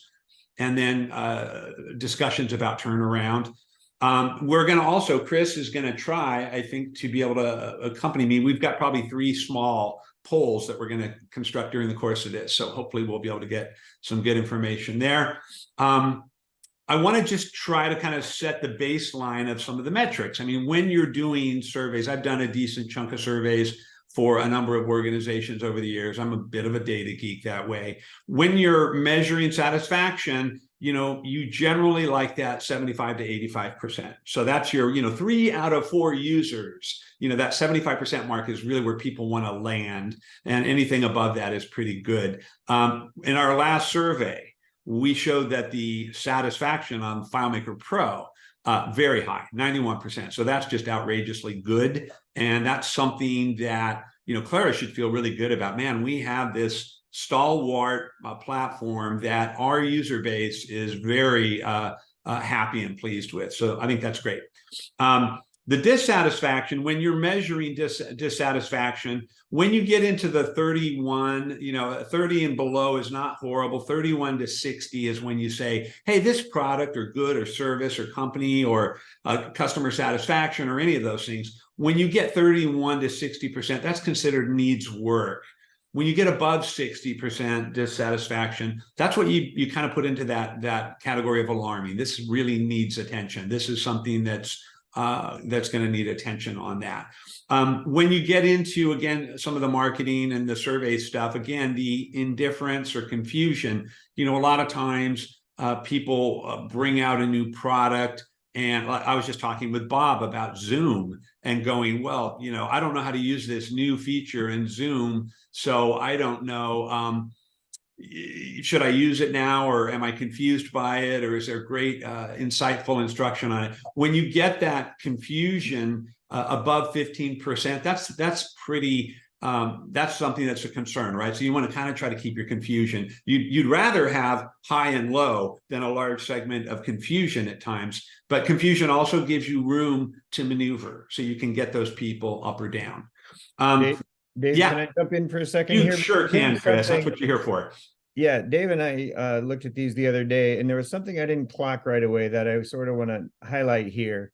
And that is when we're talking about these numbers, you know, the survey answers were 5 wide. It was like extremely satisfied, somewhat satisfied, etc. When we're talking about these numbers, we're adding the 2 outermost things together. So you might see extremely satisfied 40, and you're like, that's great. And it's like, well, wait a minute, I thought 75 was that you got to add the 2, you know, somewhat and extremely together to get these numbers. And so it took me a few slides to pick up on that. And it's like, oh yeah, okay. So I just wanted to sort of, you know, seed that thought in your mind that as you're looking at these results, make sure you add the 2 extremely and somewhat together to get the number.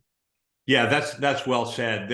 And again, the getting the 2 extremes are like, wow, these people really love this or really disappointed with this. And then some people that are somewhat disappointed in this, you could constitute those belong in the same bucket. But it does, by breaking those out, it shows you the level of passion on either end of the scale on those. But yeah, well said.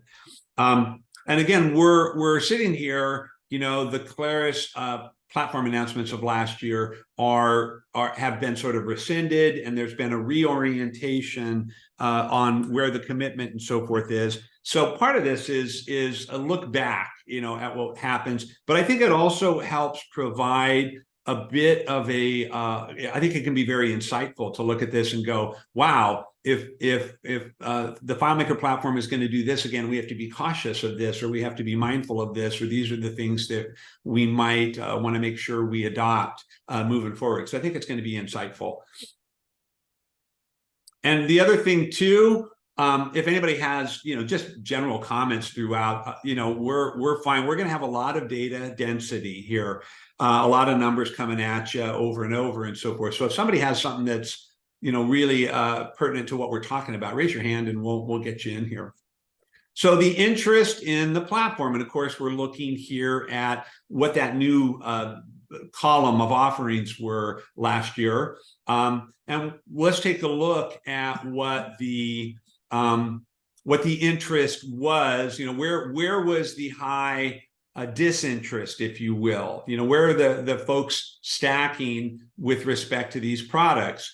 And I don't think this is terribly surprising. We're going Claris Cloud, which we looked at FileMaker Cloud in our last survey, and we saw that was not widely popular in the group. And Claris Connect is still, again, I don't think it's widely used. Based on our last survey, it showed not a lot of heavy adoption. So when you start talking about the Claris alternatives to these, I think we're seeing sort of consistently high disinterest on these at this point. And of course, you know, when you look down at Claris Pro, well, that's your FileMaker Pro replacement.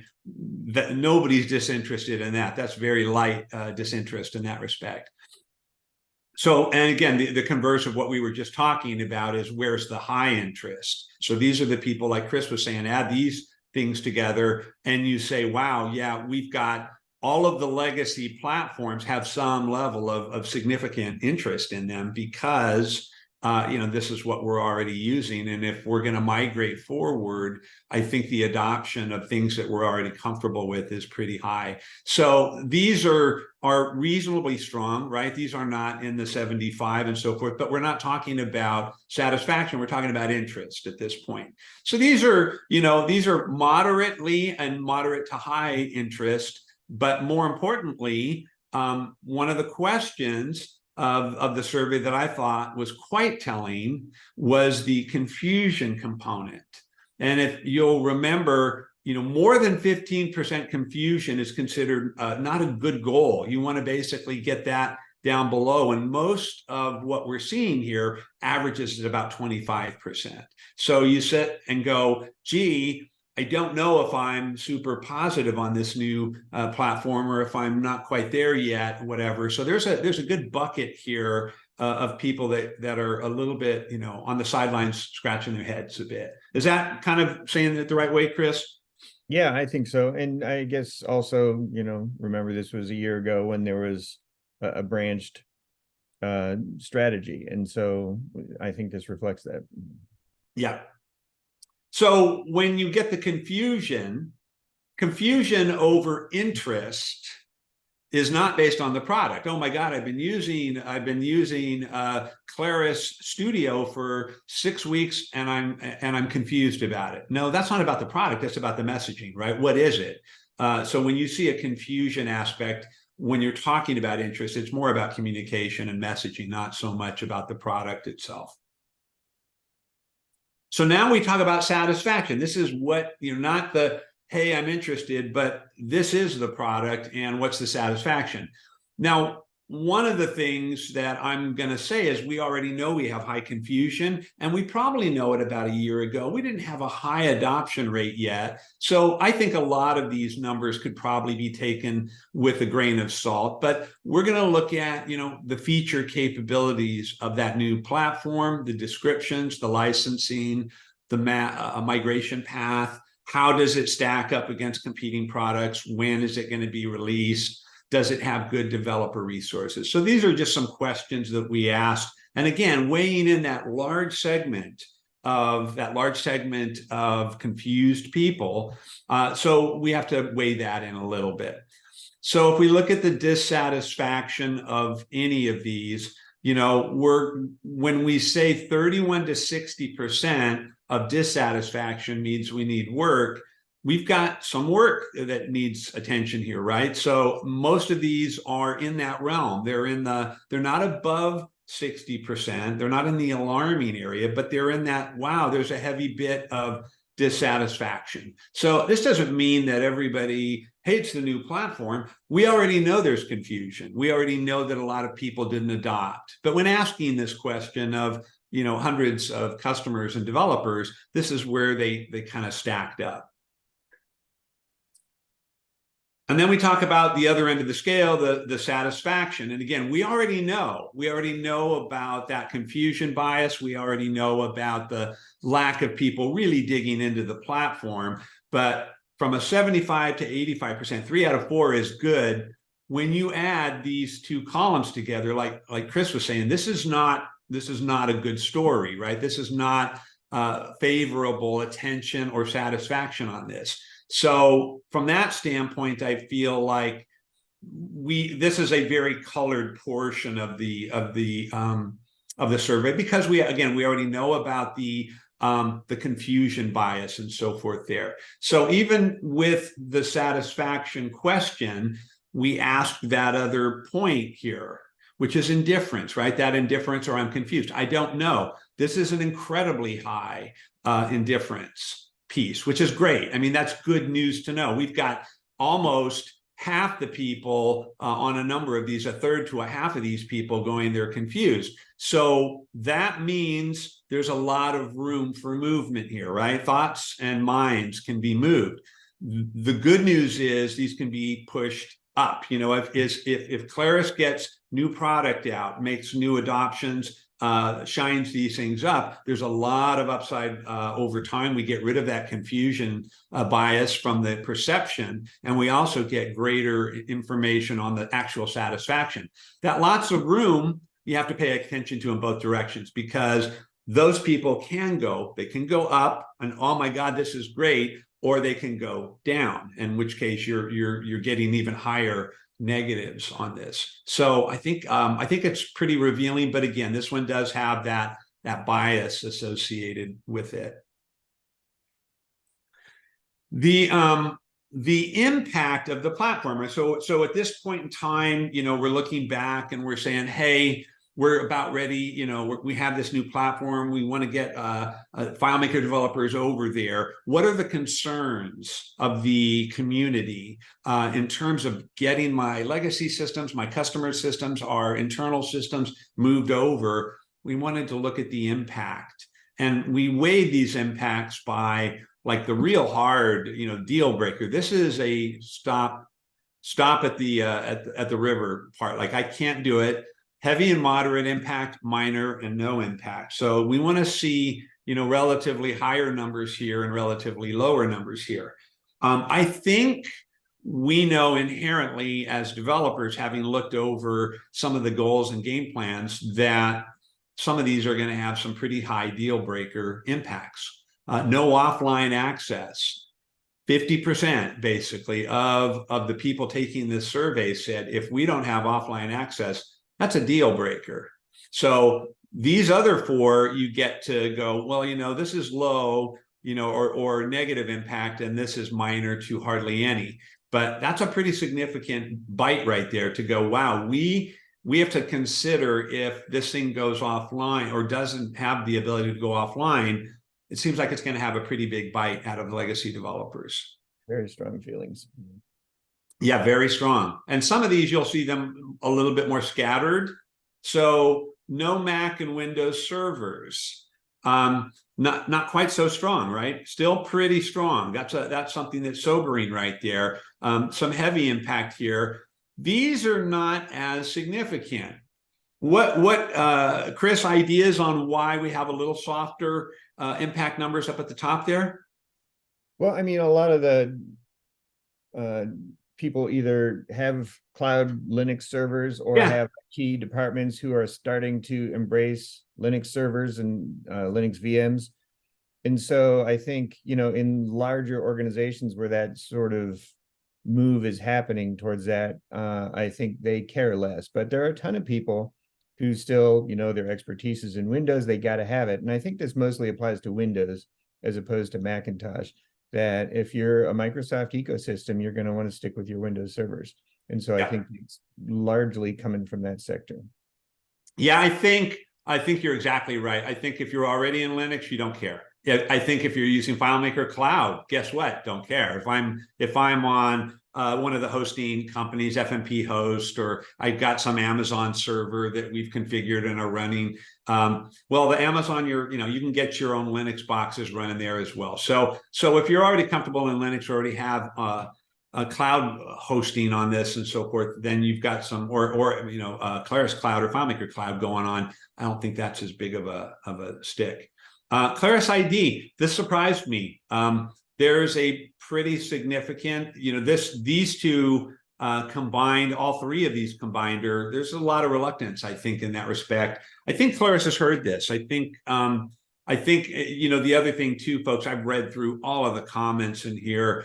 I think a lot of IT shops don't want proprietary authentication and identification and credentialing systems. So they're looking to kind of unify those, not splinter those. So that's a pretty interesting. I almost see this one and the last one as being linked, because if you're in a Microsoft ecosystem, you have your own Active Directory or Azure Active Directory, or maybe you're using Okta or something like that, but you have identity management solved. You do not want to bring in something new to keep track of. And so I think there's a lot of overlap between the Claris ID resistance and the people who are on Windows environments. Yeah. And then, so again, that exact, there's a lot of that kind of comment associated with this. We're going to see a little bit of it in a bit. No regional data centers. So this is an interesting one. Not quite as strong a feeling, right? We're at the 30% deal breaker, not 40, 48, 49%. And there's a decent amount of people that are going no impact. Chris, ideas? Yeah, I mean, I think the barbell is indicative that people in the States don't care. They've got data centers, they've got East Coast and West Coast. We've got essentially regional data centers. And so what? I think rest of world is where this matters more, and that's why this looks a little lopsided. Yeah, that's exactly right. And again, what I said at the beginning, if we slice and dice this data a little bit more, guess what? The largest chunk of respondents, US generally gets the first roll out of the data centers, and then EMEA and APAC and so on and so forth over time. So we have a larger than normal audience taking this survey from the US, and they're going to have less impact if they're using Claris Cloud, FileMaker Cloud, Claris Cloud. They're not going to be as impacted.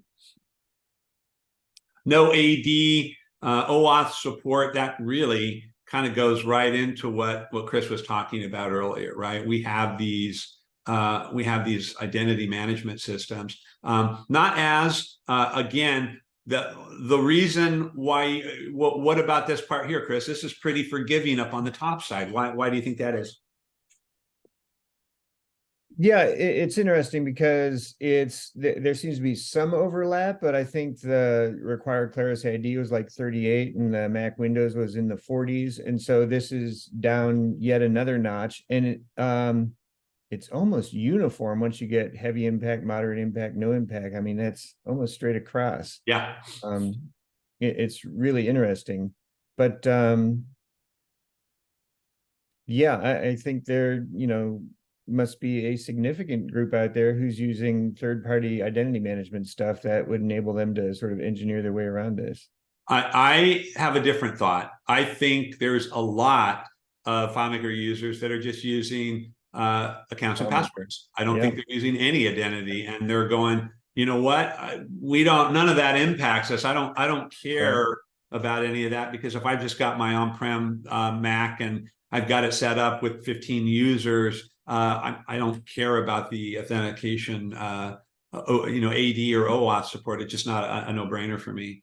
Yeah, no, now that you say that, I agree with that take. But again, that's a deeper question where you have to look at what's the size of your users, and are you using identification management systems? Other findings: the no concurrency license. Again, I think a lot of people, there's decent chunk of people that are saying, yeah, that's not a big deal. I was surprised that it was as high here. I think there's a number of people that, when Claris talked about that in the last platform discussions, I think it was something that was a bit of a concern. So that surprised me. No to existing plugins. So I think, again, I think a lot of people are like, I don't use plugins. We don't use any plugins. We're fine. I think there's also people, there's a pretty good center in here where you go, we use a plugin, they're going to probably retool it. We'll be fine once we get the new one. If the platform does end up requiring a new plugin, we have reasonable assurances that it's going to be accommodating by the vendor, retooling or what have you. But it does have some concerns, right? It does have some people scratching their head going, what does that lead to? We also just asked a question about general migration and compatibility issues. Well, that's really hard. This one's going to have a cloud of uncertainty around it because, originally talk about file conversion and so forth. There's been some recant on that and so forth. But again, this might serve as useful information to kind of weigh if we go, wow, we've got pretty high concern. Just in general, is the conversion process going to be well? I think Claris has famously learned quite well over the years. I think the FileMaker 6 to 7 was such a leap, and everybody. It's like the ghost of FileMaker 7 impact here, with that heavy impact number. It's like people are like, well, it didn't kill me, but it was no fun at all, and so that's why I think the heavy impact number is so high. Yeah, I think it's one of those things where I'm sure some new engineer gets hired at Claris and says, if we were to just do this, a new file format, we could do all these wonderful things. And then some sage 15-year employee says, come here, let me tell you the story about getting to FileMaker 6 to 7. They have absolutely done a really fabulous job in the historically of letting us get incremental migration paths that have been in pretty good shape with hardly, man, I got to say, going from 11 to 12, I felt personally that was really seamless given how much under the hood stuff was going on there. Yes, sir. XDB support for ODBC, JDBC. Again, we're starting to get into, wow, a quarter of the people, that's no impact at all. Again, if I'm just a little marketing company, I got my 25 users on a server and we're just chugging away and we don't use any ODBC, that's not going to be a showstopper, really. For corporate folks that maybe have some connecting pieces, some internal apps and other things, there could be some impact there. So, yeah, I mean, I think ODBC is, it's not gone. It's certainly sort of sliding for stage left, but I think the rise of APIs is supplanting it in a lot of cases. Yeah, and there's, I think there's, I think the funny part about some of these findings, I think, Apple goes, guess what? We're getting rid of the headphone port. And, you go that we're going to lose a certain amount of those people. But there's a path forward, and, they're called wireless and what have you. There's a path forward with some of these types of things. So a lot of the innovations that happen to a platform, you gotta, as long as you have a path, you go, hey, we do have this API. Open API is more supportable. It's less engineering that we have to kind of keep carrying forward. I think there's some viability in Claris being able to figure out where to cut the cord at various points with some of the things that they feel they need to support or that they have already provided an off-ramp for. File format change, we just kind of talked about that. There's always going to be a little bit of nervousness there. I think with good attention by Claris to knock out, to do what they've done in the last 10, 15 years, which is make that migration path as fast as possible. Even if there is a file format change, again, we saw that with 11 to 12. It was a file format change. There was a lot of, nervousness, if you will, but we'd already done a couple of those in the past, and I don't think there's going to be a big deal. So I think if they get that smooth and they educate well, this should probably be smooth sailing. How soon for the Claris platform? This is an interesting one. So when does this group of respondents feel that it should be soup? When should it come out? I think this is pretty interesting, for a platform of innovators and problem solvers. And we go, I don't want anybody touching my FileMaker for a few years now. So I think that's interesting. I think when you also look at the demographics, if you cross-analyze this and go, how many of the people that don't want it for, the 60% of people who want to see this well past 5 years from now, how many of those are 75-year-old developers who are like, you know what, I got 4 more years, I'm going to retire, I don't want to mess with a new platform. So I think there's some hair color, yeah. So I think there's some room here, and again, I think people are going to shift on this as Claris gets ready to, migrate, release, and expose other new either rollouts or improvements or justifications of any new platform. Paying attention to this is smart, but again, we do have some long in the tooth people here, and that's going to shade things towards no change at all. So we kind of just talked about the perception of the product and the Claris platform and so forth. And we also asked a lot of questions, just kind of about the messaging.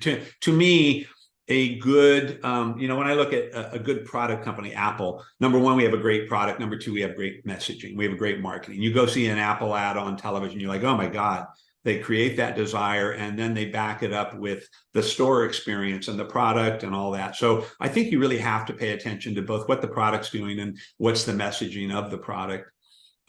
So again, that same scale, very dissatisfied, somewhat, no impact. And then the high side, somewhat satisfied, very satisfied. Brand awareness. How has Claris historically done? That's not, we're getting above that 60%. And when we combine these two, we go, wow, we get less than 1% of people that are highly satisfied. So there's some room right there. The product awareness of again, historical, we're talking about, FileMaker Pro, Claris Connect, Cloud, and so forth. We're kind of seeing the same. We're seeing, these are combining down above that 60% range, which is sort of the safe zone.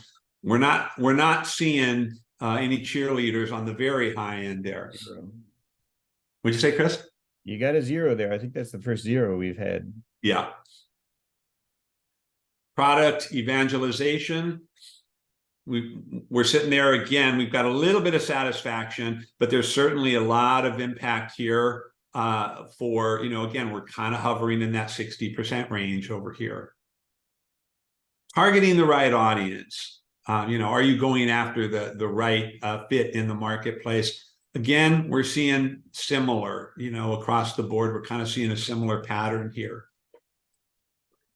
positioning versus the competitors.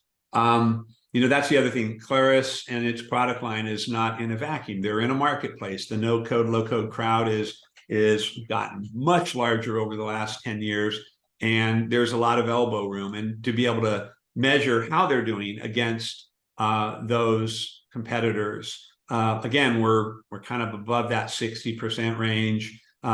Pretty good chunk of people who don't seem concerned or one way or the other. And again, not terribly high satisfaction rates on that.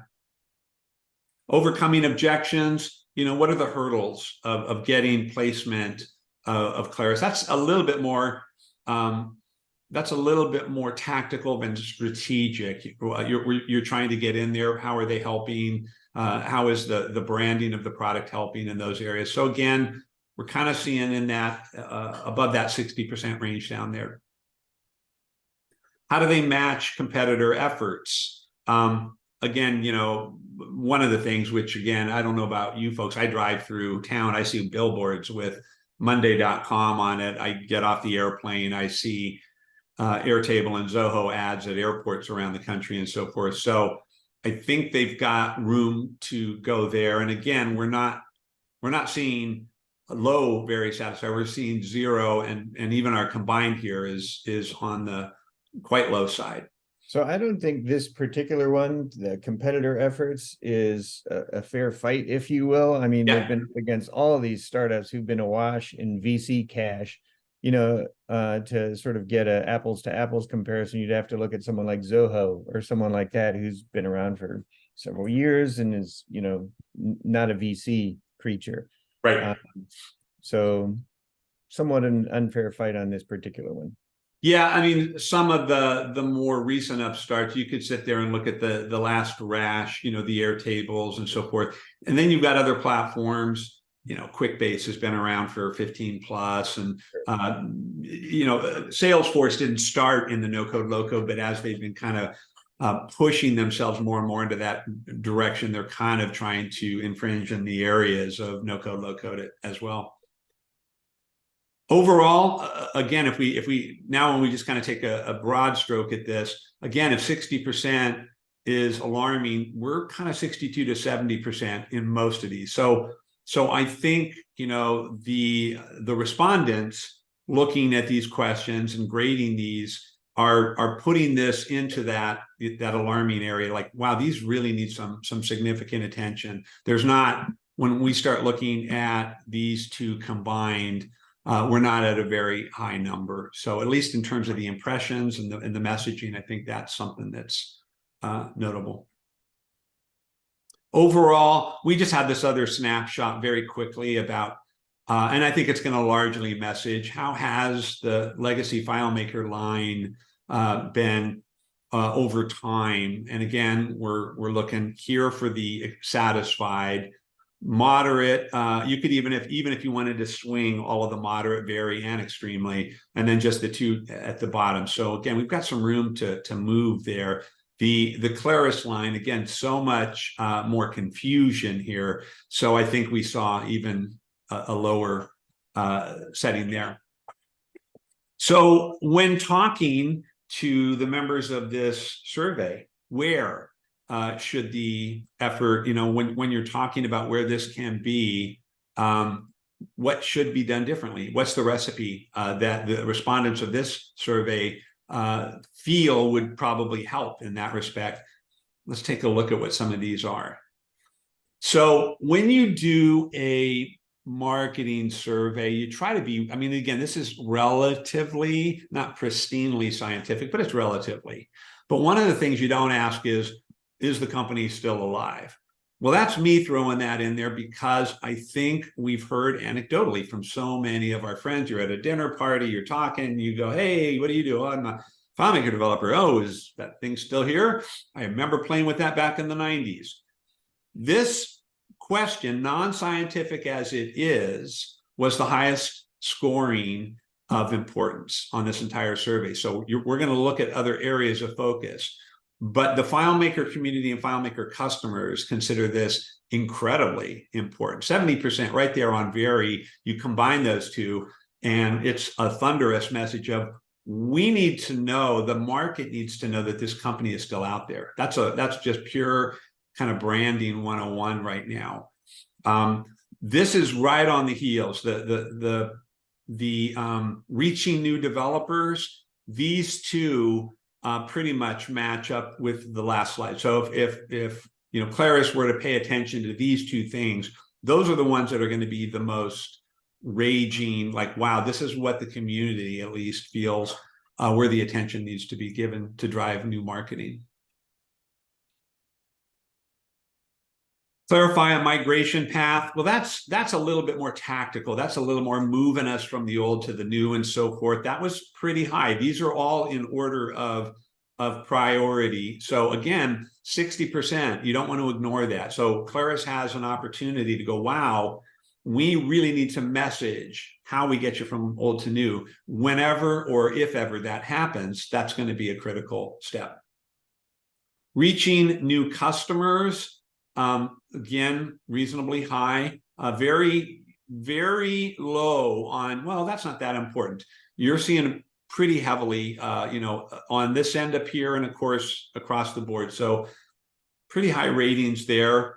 Clarifying the market niche. Again, that's probably a little bit more tactical, getting a little more scalpel-like and going, hey, we're in the no-code, low-code, and we're not this and we're not that. But again, pretty heavy across the board on that as well. So can you stop a second? Yeah. Because we have a bunch of comments and go jump in. So Tom, why don't you start since you had the first couple comments?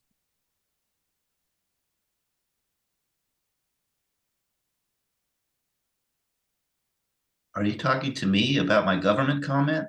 Well, the thing about Claris ID, the government customer offline on-prem, you had some, yeah. I mean, I don't know how much more I can add to that, but you know, we're a large government customer, the state of Oregon and the Oregon Health Authority, our public health department. You know, our IT is not going to go for anything outside of their comfort zone, which is Windows and using Active Directory or Azure. They want us, we're moving a little bit to cloud stuff, but for the most part, they really like to stick with the on-prem, and I don't think they want, it would be really tough for us to do a Claris ID because our county health departments that log into our system, you know, that would just be really tough for us to say every one of them has to get an individual Claris ID. So yeah, for us, you know, it's a lot of licenses and we are not inclined to really move in that direction. So how many users, Tom, would you guess? All those county users, et cetera? Of course, things changed during COVID. We had to bring in a lot of new users. I think at one point we had close to 1,500 licenses, and now we're gone back down to like 1,000. Got it. That's a lot of IDs to manage. Yeah. Thanks. Thank you. Eric, did you want to chime in? Eric had a question about, was there an Android question on the survey? Was one of his questions. I don't believe so. I saw in the comments, I actually saw a couple of comments about without Android, we may not be able to have support.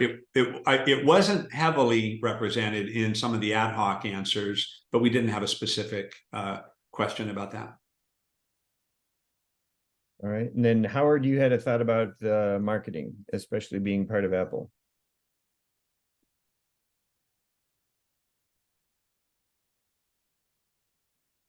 You still have Howard? Yeah, sorry. Yeah, I mean, it came up when Dave was talking about, well, no, actually, yeah, you had made a side comment, Chris, about the fact that, you know, all a lot of these other companies are funded, you know, by investors, VCs, and, you know, FileMaker as a legacy product doesn't have that kind of cash. But, you know, at the same time, hey, billboards or whatever advertising, whatever shape that takes, is still important. I mean, it still needs to be an investment. And so my comment really was, well, it needs to happen. And hello, we have Apple who invests in new products all the time. Right, fair. So your expectation is that as the a division of one of the most valuable companies in the world, that they should have the funds. If it would be great if that were the case, but that doesn't seem to be the case. No, it doesn't seem to be the case, but just to counter your comment that it's not really an apples to apples comparison, it literally is. Well, in terms of marketing budget, yeah, I guess I was saying. So I think of someone like a Zoho who, is a long established company. They have market share and they're more in the position of defending it as opposed to these startups who are trying to get some. Yeah.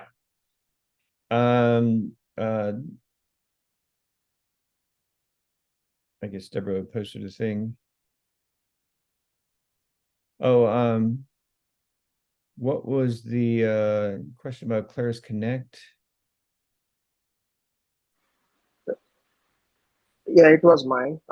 Like Claris Go ahead. Connect coming up with a self-hosted version with less restricted limits. Like right now, the free version that they provide is like have like 500 steps, and after that you have to wait for a month to renew it. And also like the paid version has like 10,000 steps, which is very less if you have like a big system depending on automation. And in comparison to that, like Zapier, which is a bigger like platform, so maybe it's too early to compare that. But there are also other solutions like N8N. I've explored that. It has a self-hosted community edition that you can use for free, and you can host on your AWS server and store your flows, export and import. So like it would be great if like FileMaker can come up something similar, and it doesn't need to be free, but it can be like generous on the number of flows or steps we can run if they provide a self-hosted version like FileMaker server. Yeah, I think the marketing message for Claris Connect has now been sort of subsumed into the FileMaker marketing message, just because they're sort of a conglomerated product offering now, as opposed to going head to head against why you should use Connect versus a Zapier. But and they're not mutually exclusive. You could use FileMaker and Zapier and Connect. That's trickier. Albert, did you want to chime in? Let me see if I can describe this. There was a time when you'd say, well, how does FileMaker compare to Access and other tools in its category, which was database, database software? And we used to say that what we built was databases. Right. That category doesn't really exist in anything like the same way anymore. And I have there's billboards for Monday around Miami, but I can say in a couple words what Monday does, and I think people can understand it in a way that the Claris platform, as it's going forward, is like FileMaker, which is, it kind of takes care of the parts that have not become commodified. Project management has become commodified. With Slack, work group communication has become commodified. With Xero or QuickBooks, accounting has become commodified, which means there's no need to specify a data structure for QuickBooks or Xero. It is what it is, right? Right. If you're gonna publish if you're gonna sell your stuff online, you can go to Shopify or something like that. Well, the data structure is there. It's going to be a product name. It's going to be a short description, a long description, all that kind of stuff. What FileMaker is left with is the in-between stuff, which shouldn't be thought of as a leftover. I'm sorry, I'm going to start preaching, right? Because it's the leftover bits are not left over. They're the parts that are mission critical. Right. They're the parts that can only be captured in FileMaker. So if you do the kind of strategic retreat that I was kind of raising the flag about a number of years ago and say, go ahead, strategically retreat to anything that can be done with an API with some other software, do it, and just retreat to the hilltop, which is the core that can't be handled with those. well, then all you control is what is most dear and near to the identity of the company.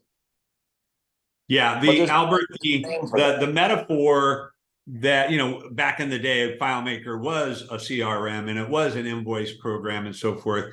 FileMaker, I've been calling for years, it's digital Legos. It allows us, it's a framework that allows us to build what we want. So to your point about the commodity aspect of CRM, I can build an email machine in FileMaker, but it's called MailChimp. It's an industry standard. Let's work with that. The centerpiece for what I tend to personify FileMaker when I'm talking with customers, it's the ops, it's the nerve center, it's the operational DNA of what your business does. And of course, I can pull stuff in from your website. I can push stuff out to QuickBooks. I can send things out through MailChimp. But the DNA, the secret sauce of what makes your business, that centerpiece, that core, that's an ideal platform. FileMaker is an ideal platform for that, right? But what is its competitor in that space? There's a lot. There's a lot of those. So when you say what do you see as the number? Because when I look at the you ready? Commodified data. We're gonna show that in a coming slide, but I can list 15 places. When you talk about Salesforce, that is largely a CRM tool, but it can be extended, et cetera. But you're starting with the premise of a product that it centers around, right? So the other players in this space that allow you a tool set to build things in the no-code, low-code space, we're getting onto some slides on that in a few minutes. So you'll see some of these things are more platform-centric, like Salesforce, right?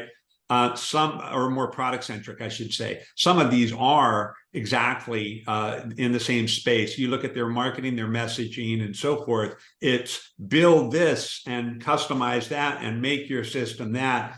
So most of the products that we're going to be looking at in a bit are in that same space. I'm all ears, and my question will be, will that fit on a billboard for any of those other companies, because it's so unique and secret saucy, right? But go ahead. This is great. Very cool. Okay. Other stuff right now, Chris, or should we progress? No, I think, well, wait a minute. Michael Bateman just popped up talking about the target audience. Michael, do you want to jump in?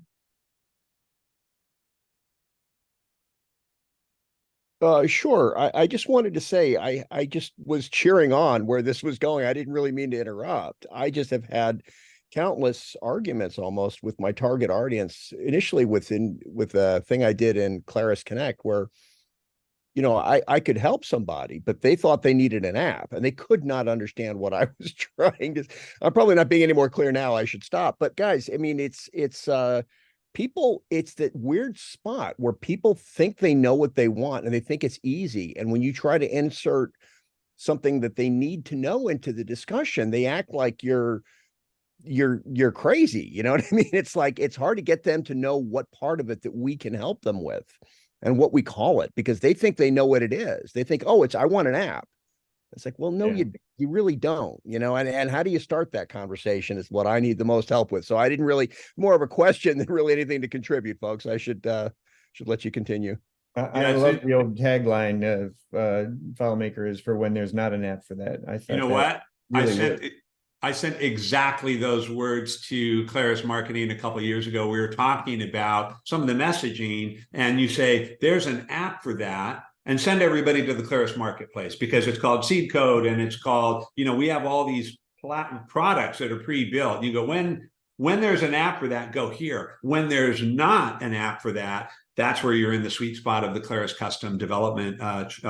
So to be able to have two conversations here, like when you are looking for an order tracking, job tracking, order management system, here's Key Biz Systems by Alan and his team. If you need something that there isn't an app for, that's where the FileMaker secret sauce of the last 30 years exists, right? Where we can build those things and tailor them up to a very specific business need. So I think that's... I'm sorry, it's almost coming full circle. There was an old IBM ad, Brad, circa 2000, where the kid is showing the IBM executive or the executive, oh, I can give you a flaming logo or I can give you a spinning logo. And the guy's just rolling his eyes about like, gee, wouldn't it be great if you could do it? And basically describes what we have now with e-commerce. And the kid's like, I can't do that. And, you know, there was that period, right, where people, you had the guts and the graphics was a company I worked with, because they had somebody who understood the under the hood machinations of web stuff and somebody else who could make it look pretty.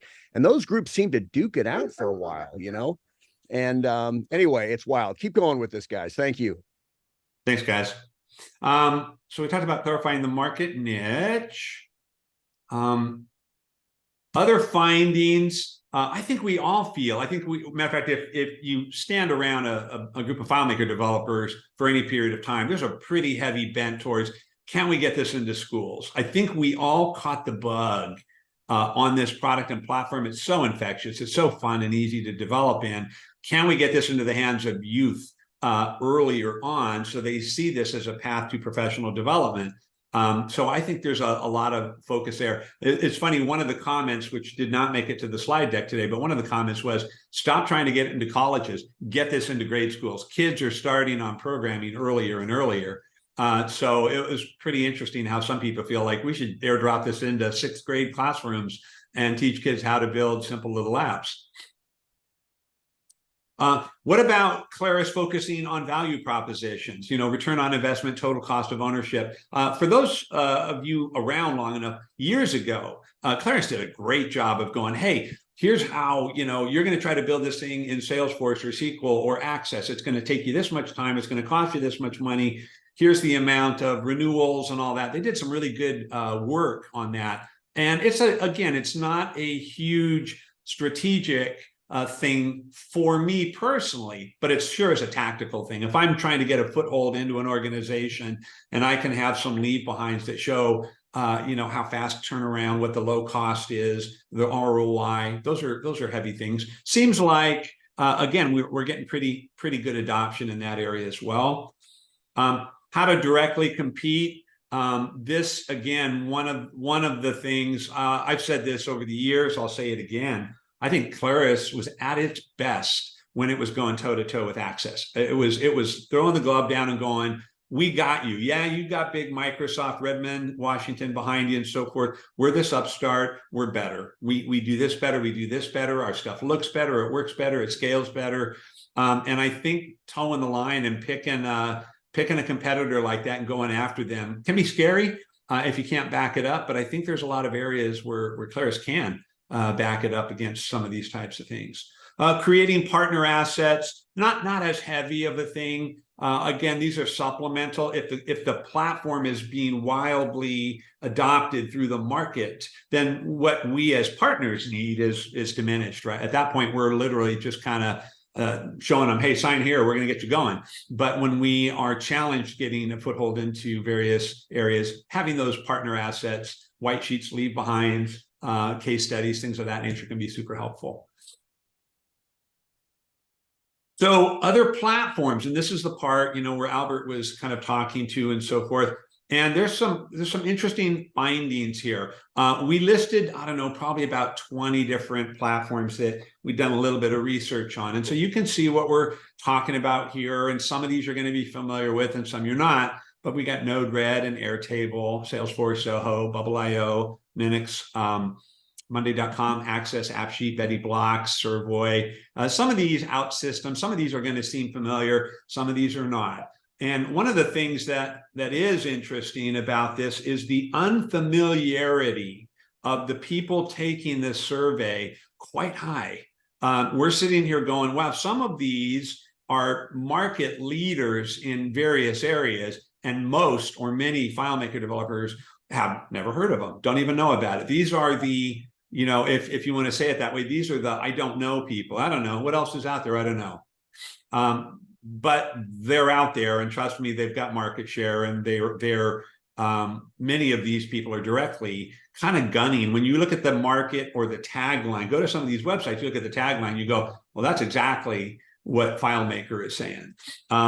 So how many people are familiar but not really interested in some of these platforms. And so I want to jump right down to, well, Access. It is a rapid application development, if you will, but more desktop database. When you talk about the land of desktop databases, that was the workgroup database. That was where FileMaker made its bones, along with Access, Paradox, Approach, 4D, all of the Panorama, all of those little desktop database programs, they have all gotten smaller. Really, Access and FileMaker are kind of the two, the Avis and the Hertz left standing right there. But you'll see, wow, a lot of people know about Access, but not really interested. They've dabbled in it or they've seen it. But you also see some relatively, wow, I know about Salesforce. Almost 30% of the people who know about Salesforce are going, not for me. Maybe they've played or looked or whatever. It's too complex. It's too costly. There's too much competition in that space. Who knows? But those are the people that are saying, I don't care, which always reminds me of that football coach that is shouting at one of his players. He goes, what are you, indifferent or ignorant? And he goes, I don't know, and I don't care. So these are the people who are not really interested in those. I'm just kind of doing a bit of a data dump here, and we'll kind of throw a rope around a few things of interest. So when you say familiar, these are all just kind of approaching the 10% or, area, you can say, but these are the ones that have the highest amount of interest. And again, a lot of these relatively low numbers. So FileMaker, Claris might be able to look at this and go, we really don't have to worry about Betty blocks. I know that Claris has looked at, Mendix and OutSystems and seen their business models and paid attention to them over time. But within this community, the people are going, I'm kind of interested in this. I'm kind of interested in this. So those are kind of interesting. These are also telling, we've got a pretty reasonable amount of people who have tried Access. A quarter of the people said, I've tried Access. I'm not buying it. It's and I'm probably one of those people when it comes to Access. I've tried it. It's cumbersome. It's problematic. It's buggy. It doesn't look good. Yeah. Servoy, of course, a lot of people knew it came out of the FileMaker community years ago, and they tried to make their push and so forth. So these are the people that aren't very, they're going, meh, this is not that great. Nothing here. I know it. I played with it. I'm just not, it's not doing it for me. And then these are the ones that you go, hey, this is sort of interesting. You're going, wow, Node-RED, by the way. And one of the things I'll also tell you, I think a lot of folks in the US market don't know a lot about Node-RED. Highly popular Europe. I mean, if you were to sit there and start talking with a number of European, German developers and so forth, you're going to go, oh my God, we love Node-RED. We're all over it. So again, that's where you can look at some of the demographics, cut this data up a little bit differently and see some different stories. I think we also need an asterisk by Node-RED because, God, 6 years ago, Louis Dog sort of partnered up with Particle, who's the single board computer developer. They put a little system on and came to DevCon and gave away free Particle boards if you sat through their workshop and did a Node-RED project to link Particle to FileMaker. And so a lot of FileMaker devs got introduced to Node-RED as something that would work sort of hand in glove with FileMaker, not as a competitor. I see it more of a competitor to Claris Connect. But I think that's one reason that we would have to acknowledge that Node-RED number is so high is because so many people got trained on it with Particle.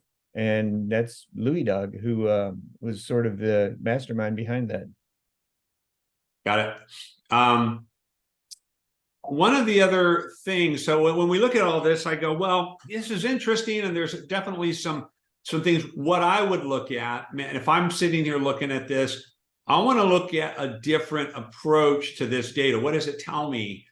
And it's when you combine those two things, when you say, hey, what's the interest and the impression rate? So these are the ones that are showing up as impressive. And so the interesting thing here is you say, well, we've got almost, 9% people know about Monday.com, doing a great job on the marketing. Product, if I tried it, I'm not impressed with it. So the product itself not doing great. So that's sort of an interesting thing where you go, they don't have to raise their profile, but they need to fix their product. You could, on the other side of things, go, wow, Node-RED has a pretty high impression. Wow, I like this. Just not as many people know about it. It's not as visible in that. But the other thing that you want to pay attention to is that interest component. Are you familiar with it? That's all driven by marketing, right? And if you're impressed, that's the engineering. So that's where I look at, let's talk about the messaging of the product. Let's talk about the engineering and the product itself. Those two things are both highly important. And if Airtable all of a sudden expands humongously, if they get their product better, they're going to be a juggernaut in terms of, wow, we've got the visibility. Everybody knows about us already. I was at a Shark Tank event of about 200 or 300 small companies. I was one of the judges on this panel. And as I was walking through the audience, just walking through, and these are just young entrepreneurs talking about a wide variety of businesses, I'm hearing the word Airtable mentioned like three or four times just walking through the crowd for 15 or 20 minutes. So again, they're doing a fine job on the marketing. And to Chris's point, they've got some layoffs, they've got some headwinds financially. Their product certainly isn't anywhere near as powerful as what we can do with the FileMaker system, but they've got room to move that number. And if they do, then all of a sudden you go, wow, this can be a concern. Yeah, they've got money in the bank, and I think the next year will really tell the tale of whether they're going to make that pivot successfully or not. Yeah.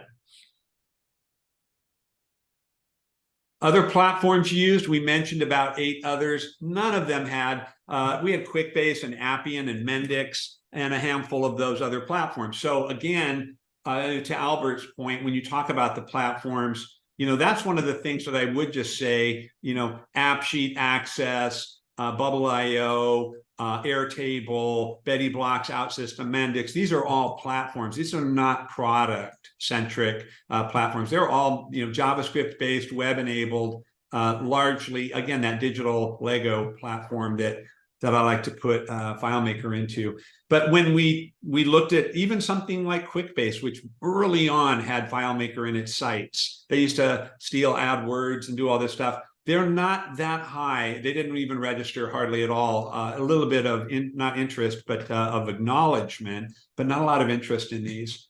We also just asked, hey, in a text form, what are some of the other platforms you use? And the word cloud that we got from asking that question, sort of interesting. You see PHP right there in the center and large. There's a lot of people that are using PHP. We have to, assume that's to support and extend their FileMaker systems. We got React and Microsoft. Some of the corporate people are using MySQL and SQL Server. WordPress, if this, then that. Really, the only other platform for development platform, I would say, is Zojo is right there. And we know about the Hatfield and McCoys about the Zojo place versus the FileMaker. They're nowhere near as established, but they have some compelling pieces. But again, just sort of interesting to see the word cloud that's associated with the people that took this. By the way, Zojo seems to have something, I don't know if I'd call it a civil war, but there's certainly seems to be some acrimony between the developer community and the president/owner of Zojo. There's some headbutting going on there. Interesting. A lot of drama. Would you recommend the platform? So we're going, hey, not at all, not very likely, somewhat, a little bit, extremely. Again, the legacy FileMaker. Wow, look at that. We're up in that nice, if you get here, you go 3 out of 4 users were there, right? So there's huge kudos to the FileMaker legacy platform from the people that took this test, which is really encouraging. Hardly anybody says, nope, stay away, avoid, don't ever use this thing. We're safe there. So I think Claris can take some really good legwork around that. I think this, and again, we had such high confusion on the messaging and so forth. So right here you go, well, there's a little bit of a nefarious feeling about moving forward. We don't have anybody that's committed. We have some people that are probably in that middle ground. And again, that's a highly movable number. If Claris releases product communicates how we get there with legacy, et cetera, and what it's going to do and what it's going to cost and how we get there, I think there's a lot of room to push those numbers up to the other end. Eric Matthews is criticizing your math, saying it doesn't add up to 100%. Yeah, well, I didn't do the math. It's a Survey Monkey who's doing this, so I'm fine to let somebody correct them. So the comments. So we got about 170 handwritten comments, and we got a lot of them in a variety of different topics. Some of these were very inspiring. Some of them were sobering, and we're really just kind of throwing out samples in each of the different category breakdowns. So we had about 20 comments where you can tell there's a lot of confusion. We had a lot of negative comments that were frustrations and so forth, about a dozen that were positive, and a 50 plus that were suggestions. So we're going to share some snippets here. By the way, Chris, we did, if you could launch the poll for, do you have access to that? I do, yep. Launch the not poll. buried poll. Yeah, so there's 3 questions in there. One of them was for platform. You want the other platform ones to go? You can go ahead and launch that one for respondents right now. All right, it is launched. So we've got 3 little poll questions, and we're going to let everybody answer those. And I've got to try to clean up my screen now that Chris is polluting my screen with all this stuff. Okay, so we'll let that roll, and we're going to have a couple more live poll questions in a second. So let's look at what are 3 out of the 20 comments that we came in that were confused. Still, lots of questions about all aspects of the new platform. Again, we're talking about ancient history at this point, the Claris platform and so forth, but I believe it's something to be listened to, that we had some confusion. We are used to changing technologies and embrace change, but the new Claris platform feels slow to market. Also, I'm still confused about it and how it will add value to our solutions and ultimately to our customers. So again, this is just meant to be a sample of people. The messaging was so confusing in the last year that I stopped following, as I can't spare the time and energy on news that holds no water longer than 6 months. I am in a long-term business and have to plan strategically for the next 10 years. Chris, and remember, this is a response that happened probably in November or December of last year, right? Right. You liked this particular comment. Yeah, I'm trying to remember what my take was the other day. And I think it just goes back to the confusion, but FileMaker is so central to a ton of organizations. It is the heartbeat of the place. Certainly with all of our customers, it runs the joint. And so yeah, I mean, these are people who buy 3 to 5 year licenses, and they're not planning on going anywhere soon. You have to the Claris thing was just noise to a lot of those people. Like, you know what, I don't want to hear it. I just want to stick to my knitting and do my thing. Yeah. Our next area is the negative comments. So again, we had 82 comments that were negative. We just pulled, and again, some of these were big, long, diatribes, and some of them were just minor itching points and frustrations. But here they are. We don't mind paying for a decent product, but don't want to deal with the constant changes in licensing, etc. We are now exploring another platform. It probably takes as much time to adapt than going along the uncertain Claris Pro, etc. route, leaving FileMaker with a heavy heart. I am really pleased that they are starting to address the Airtable thing, but my clients are already questioning FileMaker as a value proposition. I am having to have serious conversations with them about ROI, hidden costs, and other topics. So in a way, Claris is already losing them. And by the way, I think this one really points to an issue with Claris's messaging, and that there's a messaging vacuum.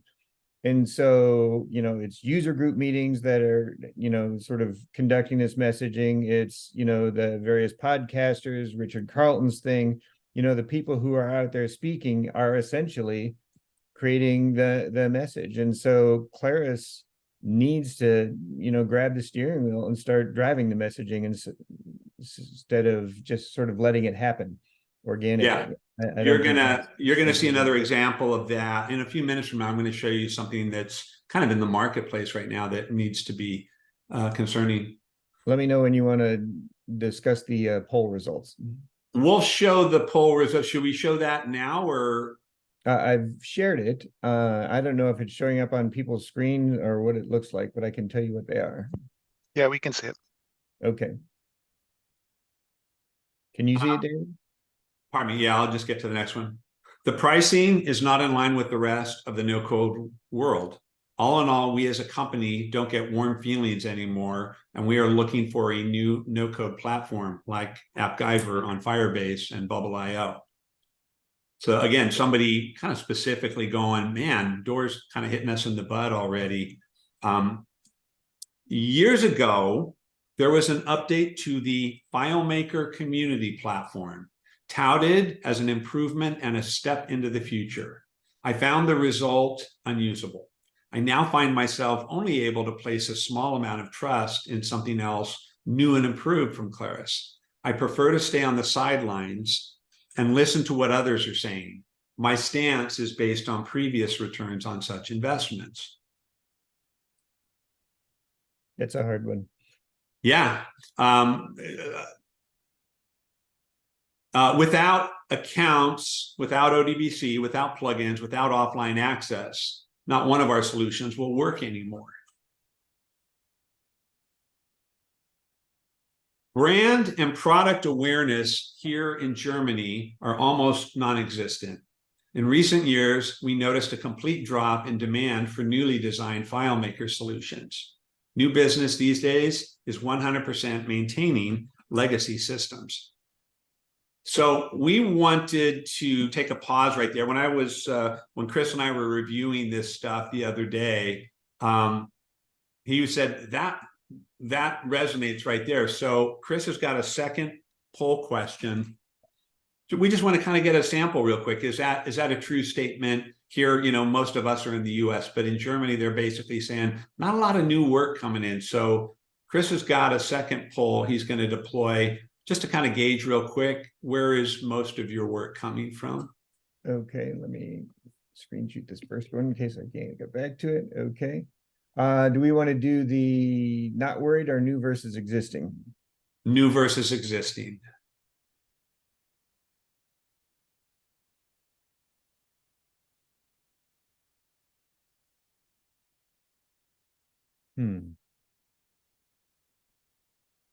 Doesn't seem to want to let me launch the thing. While you're paused, I just I gotta want to stop chime sharing. in. There we go. There you Got go. it. I just wanted to chime in and say I'm finding this very interesting. I'm new Thank here. you. Thanks, Tom. Yeah, this is really, really good stuff. So we've got this other poll real quick, where we're going, where is most of your work coming from? Is it new clients, mostly new, a mix of new and existing, mostly existing, or almost all existing? So I think that's going to just, again, to mirror the question that German respondent gave us. So onward, let's get off the negatives. Let's get into the positives. We got 5 out of the 12 comments here. I am choosing to have faith that this is a good direction long term. I appreciate that the rebranding is an effort to reduce the Amway effect. For example, those who look down their nose at the platform. Yet, I hope there will be a big outreach to education and those new to the industry. All my existing customers are happy with their solutions and the features they can have. We already can extend the solutions via the data API and web apps. So for us, we don't need all of this stuff in the new Claris platform. Eric Matthews posted a comment in the chat that said, Though his company is looking for replacements, they've been doing it for 20 years, pretty much unsuccessfully. You know, that's not an uncommon tale. That's, you know, what we heard at our last FMDiSC meeting. You know, Wim was talking about a Salesforce client that was coming back to FileMaker. It is not FileMaker, man, oh man, you know, every time I bang my head going, I can't do this in FileMaker. And then I go, what else could I do it better in? I come up blank on both sides of that. So there are a lot of times where we look at other platforms and go, this isn't as good, this isn't as savvy, this, you know, there's a lot of things that FileMaker is doing right. I think in that respect, and that speaks to that 91% product approval rating from our last survey, which is again something that they need to pay attention to. I fully support the new file change for Claris Pro and the great things that will come with that.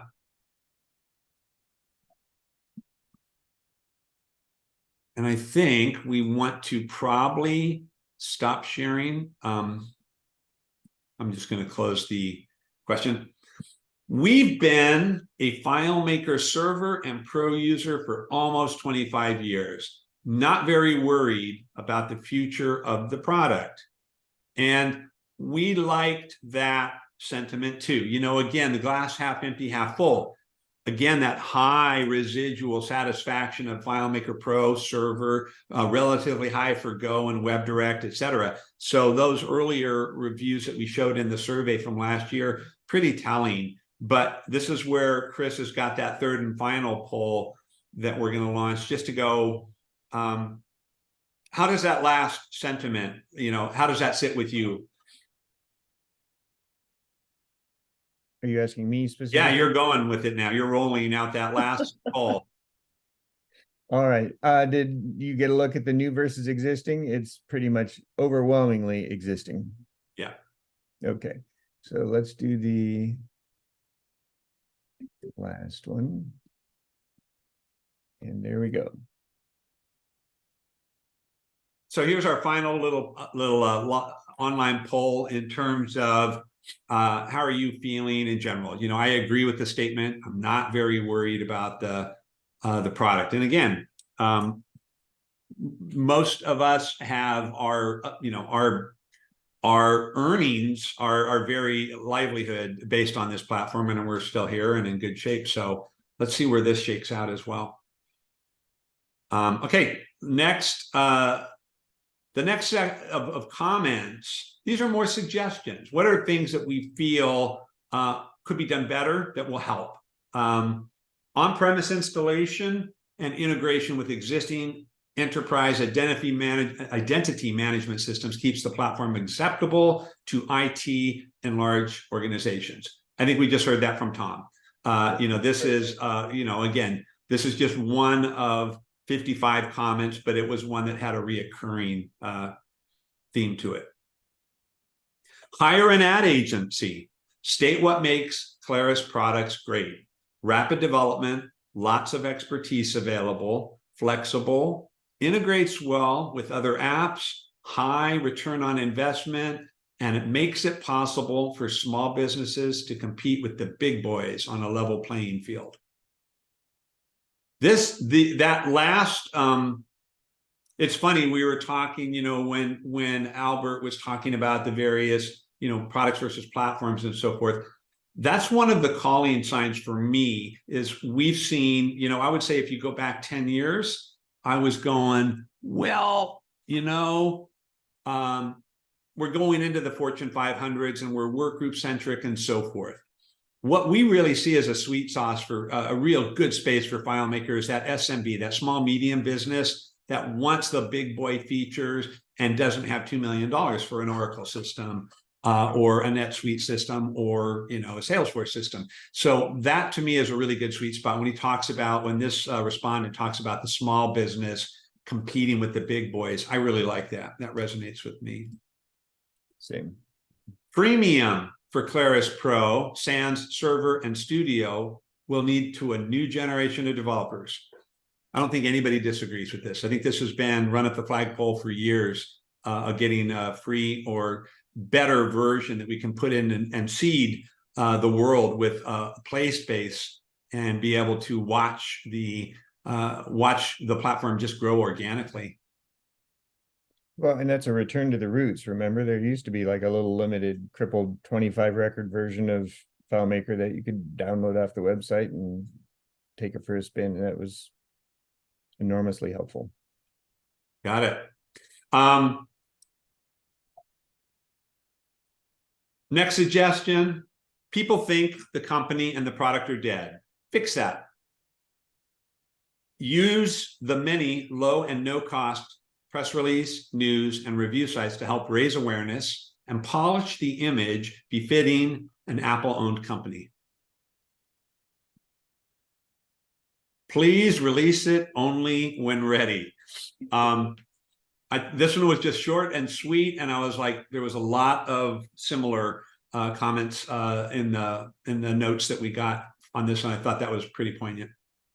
And just for fun, on the lighter heart, we got this one, and it just made me giggle. For God's sakes, don't do that stupid beet farm thing again. So there's a lot of information here, a lot of density here.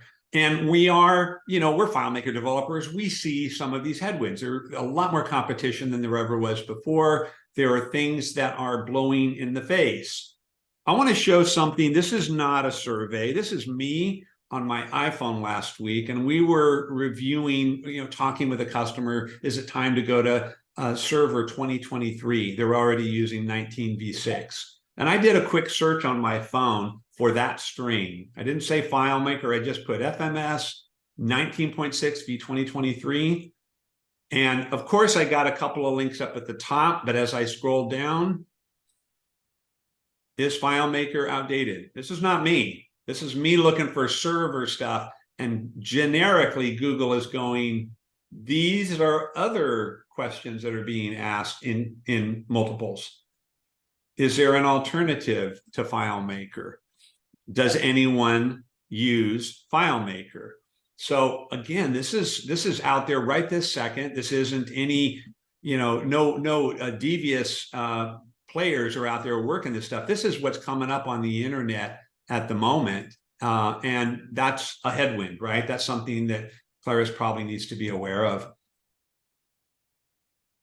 So notwithstanding all the, oh my gosh, this is bad, this is bad, this is bad. It's not all bad. Again, you get that 91% product adoption. Your flagship product has 91% love from the people that are using it. That is absolutely something you can build on. I also like to look at what other companies do in terms of really big mistakes or misfits or down trials. We're not going to do DVDs anymore. We're going to do streaming. And one of the biggest corporate turnarounds of all time was Netflix. They made that commitment, they flipped it, and they benefited from it. We have this new and improved product, and everything tanked. And later they said, oops, never mind. And it's Coca-Cola. We remember the new Coke campaign. Oh my God, we came out with this thing. They learned very quickly. They made some quick changes and they said, nope, we're back. And they've been incredibly profitable ever since. And perhaps the biggest corporate turnaround of all time. We have 14 models. Nope, we now only have 4. And that's a little company called Apple that's over $3 trillion. We have a Performa and a Quadra and an LC. We have all of these computers. Nobody knew what the hell they were doing. They brought Jobs back in. He said, nope, we have a laptop and a desktop on the consumer end. We have a laptop and a desktop on the high end. And they have, obviously it built them the bulwark to be able to offer things like iPhones and iPads and other services and goods that we benefited from. So huge turnarounds are possible. I believe there's a huge path available for Claris to do the same. So again, I think there's a lot of things to pay attention to. I think there's some insights in what we have here. I think there's a lot of this stuff that Claris probably knows and a lot of things that we need to pay attention to on the horizon. But I do think there's a path forward, and I think that there's a great possibility of a turnaround for this company if all these ducks get in a row. There's a lot of room for them to have growth. Again, the things that Chris points out, the money drying up, at Airtable, some of these other competitors, they're getting boffed around in the marketplace a little bit too. Claris is pretty steady, stable. They're under that nice Apple umbrella. So there's huge opportunities for them to sort of write the course and get moving in the right direction a bit and accelerate and get that platform back on top again. You're here. Other questions? Well, just the thing thank you. regarding. Thank go you. ahead. That was awesome. The Claris community thing, which was an unfortunate event, but the old Claris community infrastructure was going away. And so they had no choice but to get off that. And so they migrated to the Salesforce-based community. And it was a disaster. And the conversion did not go well. And the contractors who were supposed to do it, and Rosemary, feel free to jump in if you want to relive that glorious time. But it didn't go well. And the, you know, there were Google links to old entries on the old system, and those didn't come through, and it was a nightmare. And nobody knows it better than Rosemary. Oh, that's like, I think half my gray hair came from that. But yeah, no. I mean, is that an accurate recounting of roughly what happened there? Yeah, I mean, there were like, definitely we had some problems with the data migration, fixed as many of them as we could after the fact. But yeah, I mean, it was we were taking a massive, it was a massive data migration challenge.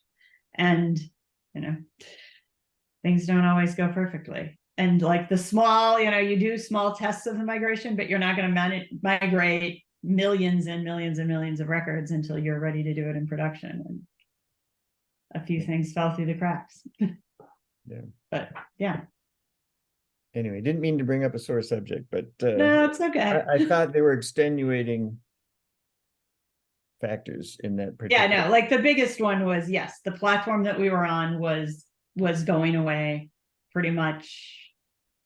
And so in you the had next no 6 choice months. but to migrate. Yeah. We had to migrate to something else and made the, you know, made a decision on platform and then had to accept the benefits and limitations of that platform.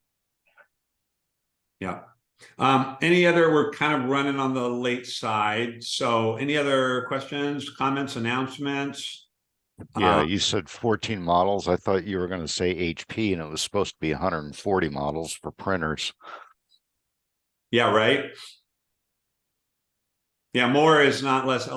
Less can be more, as we've seen in a number of product lines and companies that learn how to do that and so forth. I don't think Claris has, you know, I don't, from a standpoint, me personally, I don't think Claris has, you know, whittled into, you know, oh, we've got 19 different offerings and so forth. I don't see that. I do, you know, one of the things I always sort of question, the Claris Connect thing. To me, that's a standalone thing. It was purchased, it was marketed, it was released. It has capability of competing with Zapier and if this then that in the marketplace, and yet it's largely coddled into an extension tool for the FileMaker community. To me, if it's part of FileMaker, roll it in and stop talking about it. To me, if it's meant to be a third-party tool that can be widely used from any platform, then market it as such and establish it that way, because there's a huge operating pool of capital. There are a lot of people out there that if you go, I want to make my Salesforce talk to my QuickBooks, can Claris Connect be a player in that space? I'm not sure, but it's one thing that strikes me as sort of, is it fish or fowl at this point? Dave, there are other platforms that have the features of a Claris Connect, but they do not name it as a separate product. Yeah. It just becomes a little bump on the side of the main product, which seems to make sense. Yeah, but if there's confusion or poor perception or adoption, it steals its noise, right? If you're sitting there going, we have this brand new feature and we have this extensibility piece built into our FileMaker platform that you know and love, that's a great tool. If you're marketing it as a standalone tool with separate subscription and all that sort of stuff, if it's marketed as a standalone, it should stand alone and compete in that space a little bit better, I think. Right, and Claris Connect does not. Yep. I mean, I think there's a basic problem with speaking about flows. You know, there are times when our mindset, our developer mindset, our quanti mindset can deal with levels of abstraction that are really weird. And the extent to which now folks talk about connecting flows into even like a Node-RED kind of thing. Yep. You're talking about an action, a verb as a thing, which is really, really weird. And we can do it, but most people can't, and they can't even conceive of it. So the product name itself is that kind of hard to conceptualize thing. Yeah. Agreed. All right. Unless anybody has anything else, we shared all of the survey results, Chris. We did. Yep. Bueno. Thanks again to Deb Norton. Great rookie outing there. Thanks for Lynn for sharing her story. Chris for digging in on news of the day and his help here. And thank you all for staying and staying engaged and asking great questions. Thank you, Dave. Thanks, We'll see you Dave. guys next month. Excellent. Really great. Really great session. Good meeting.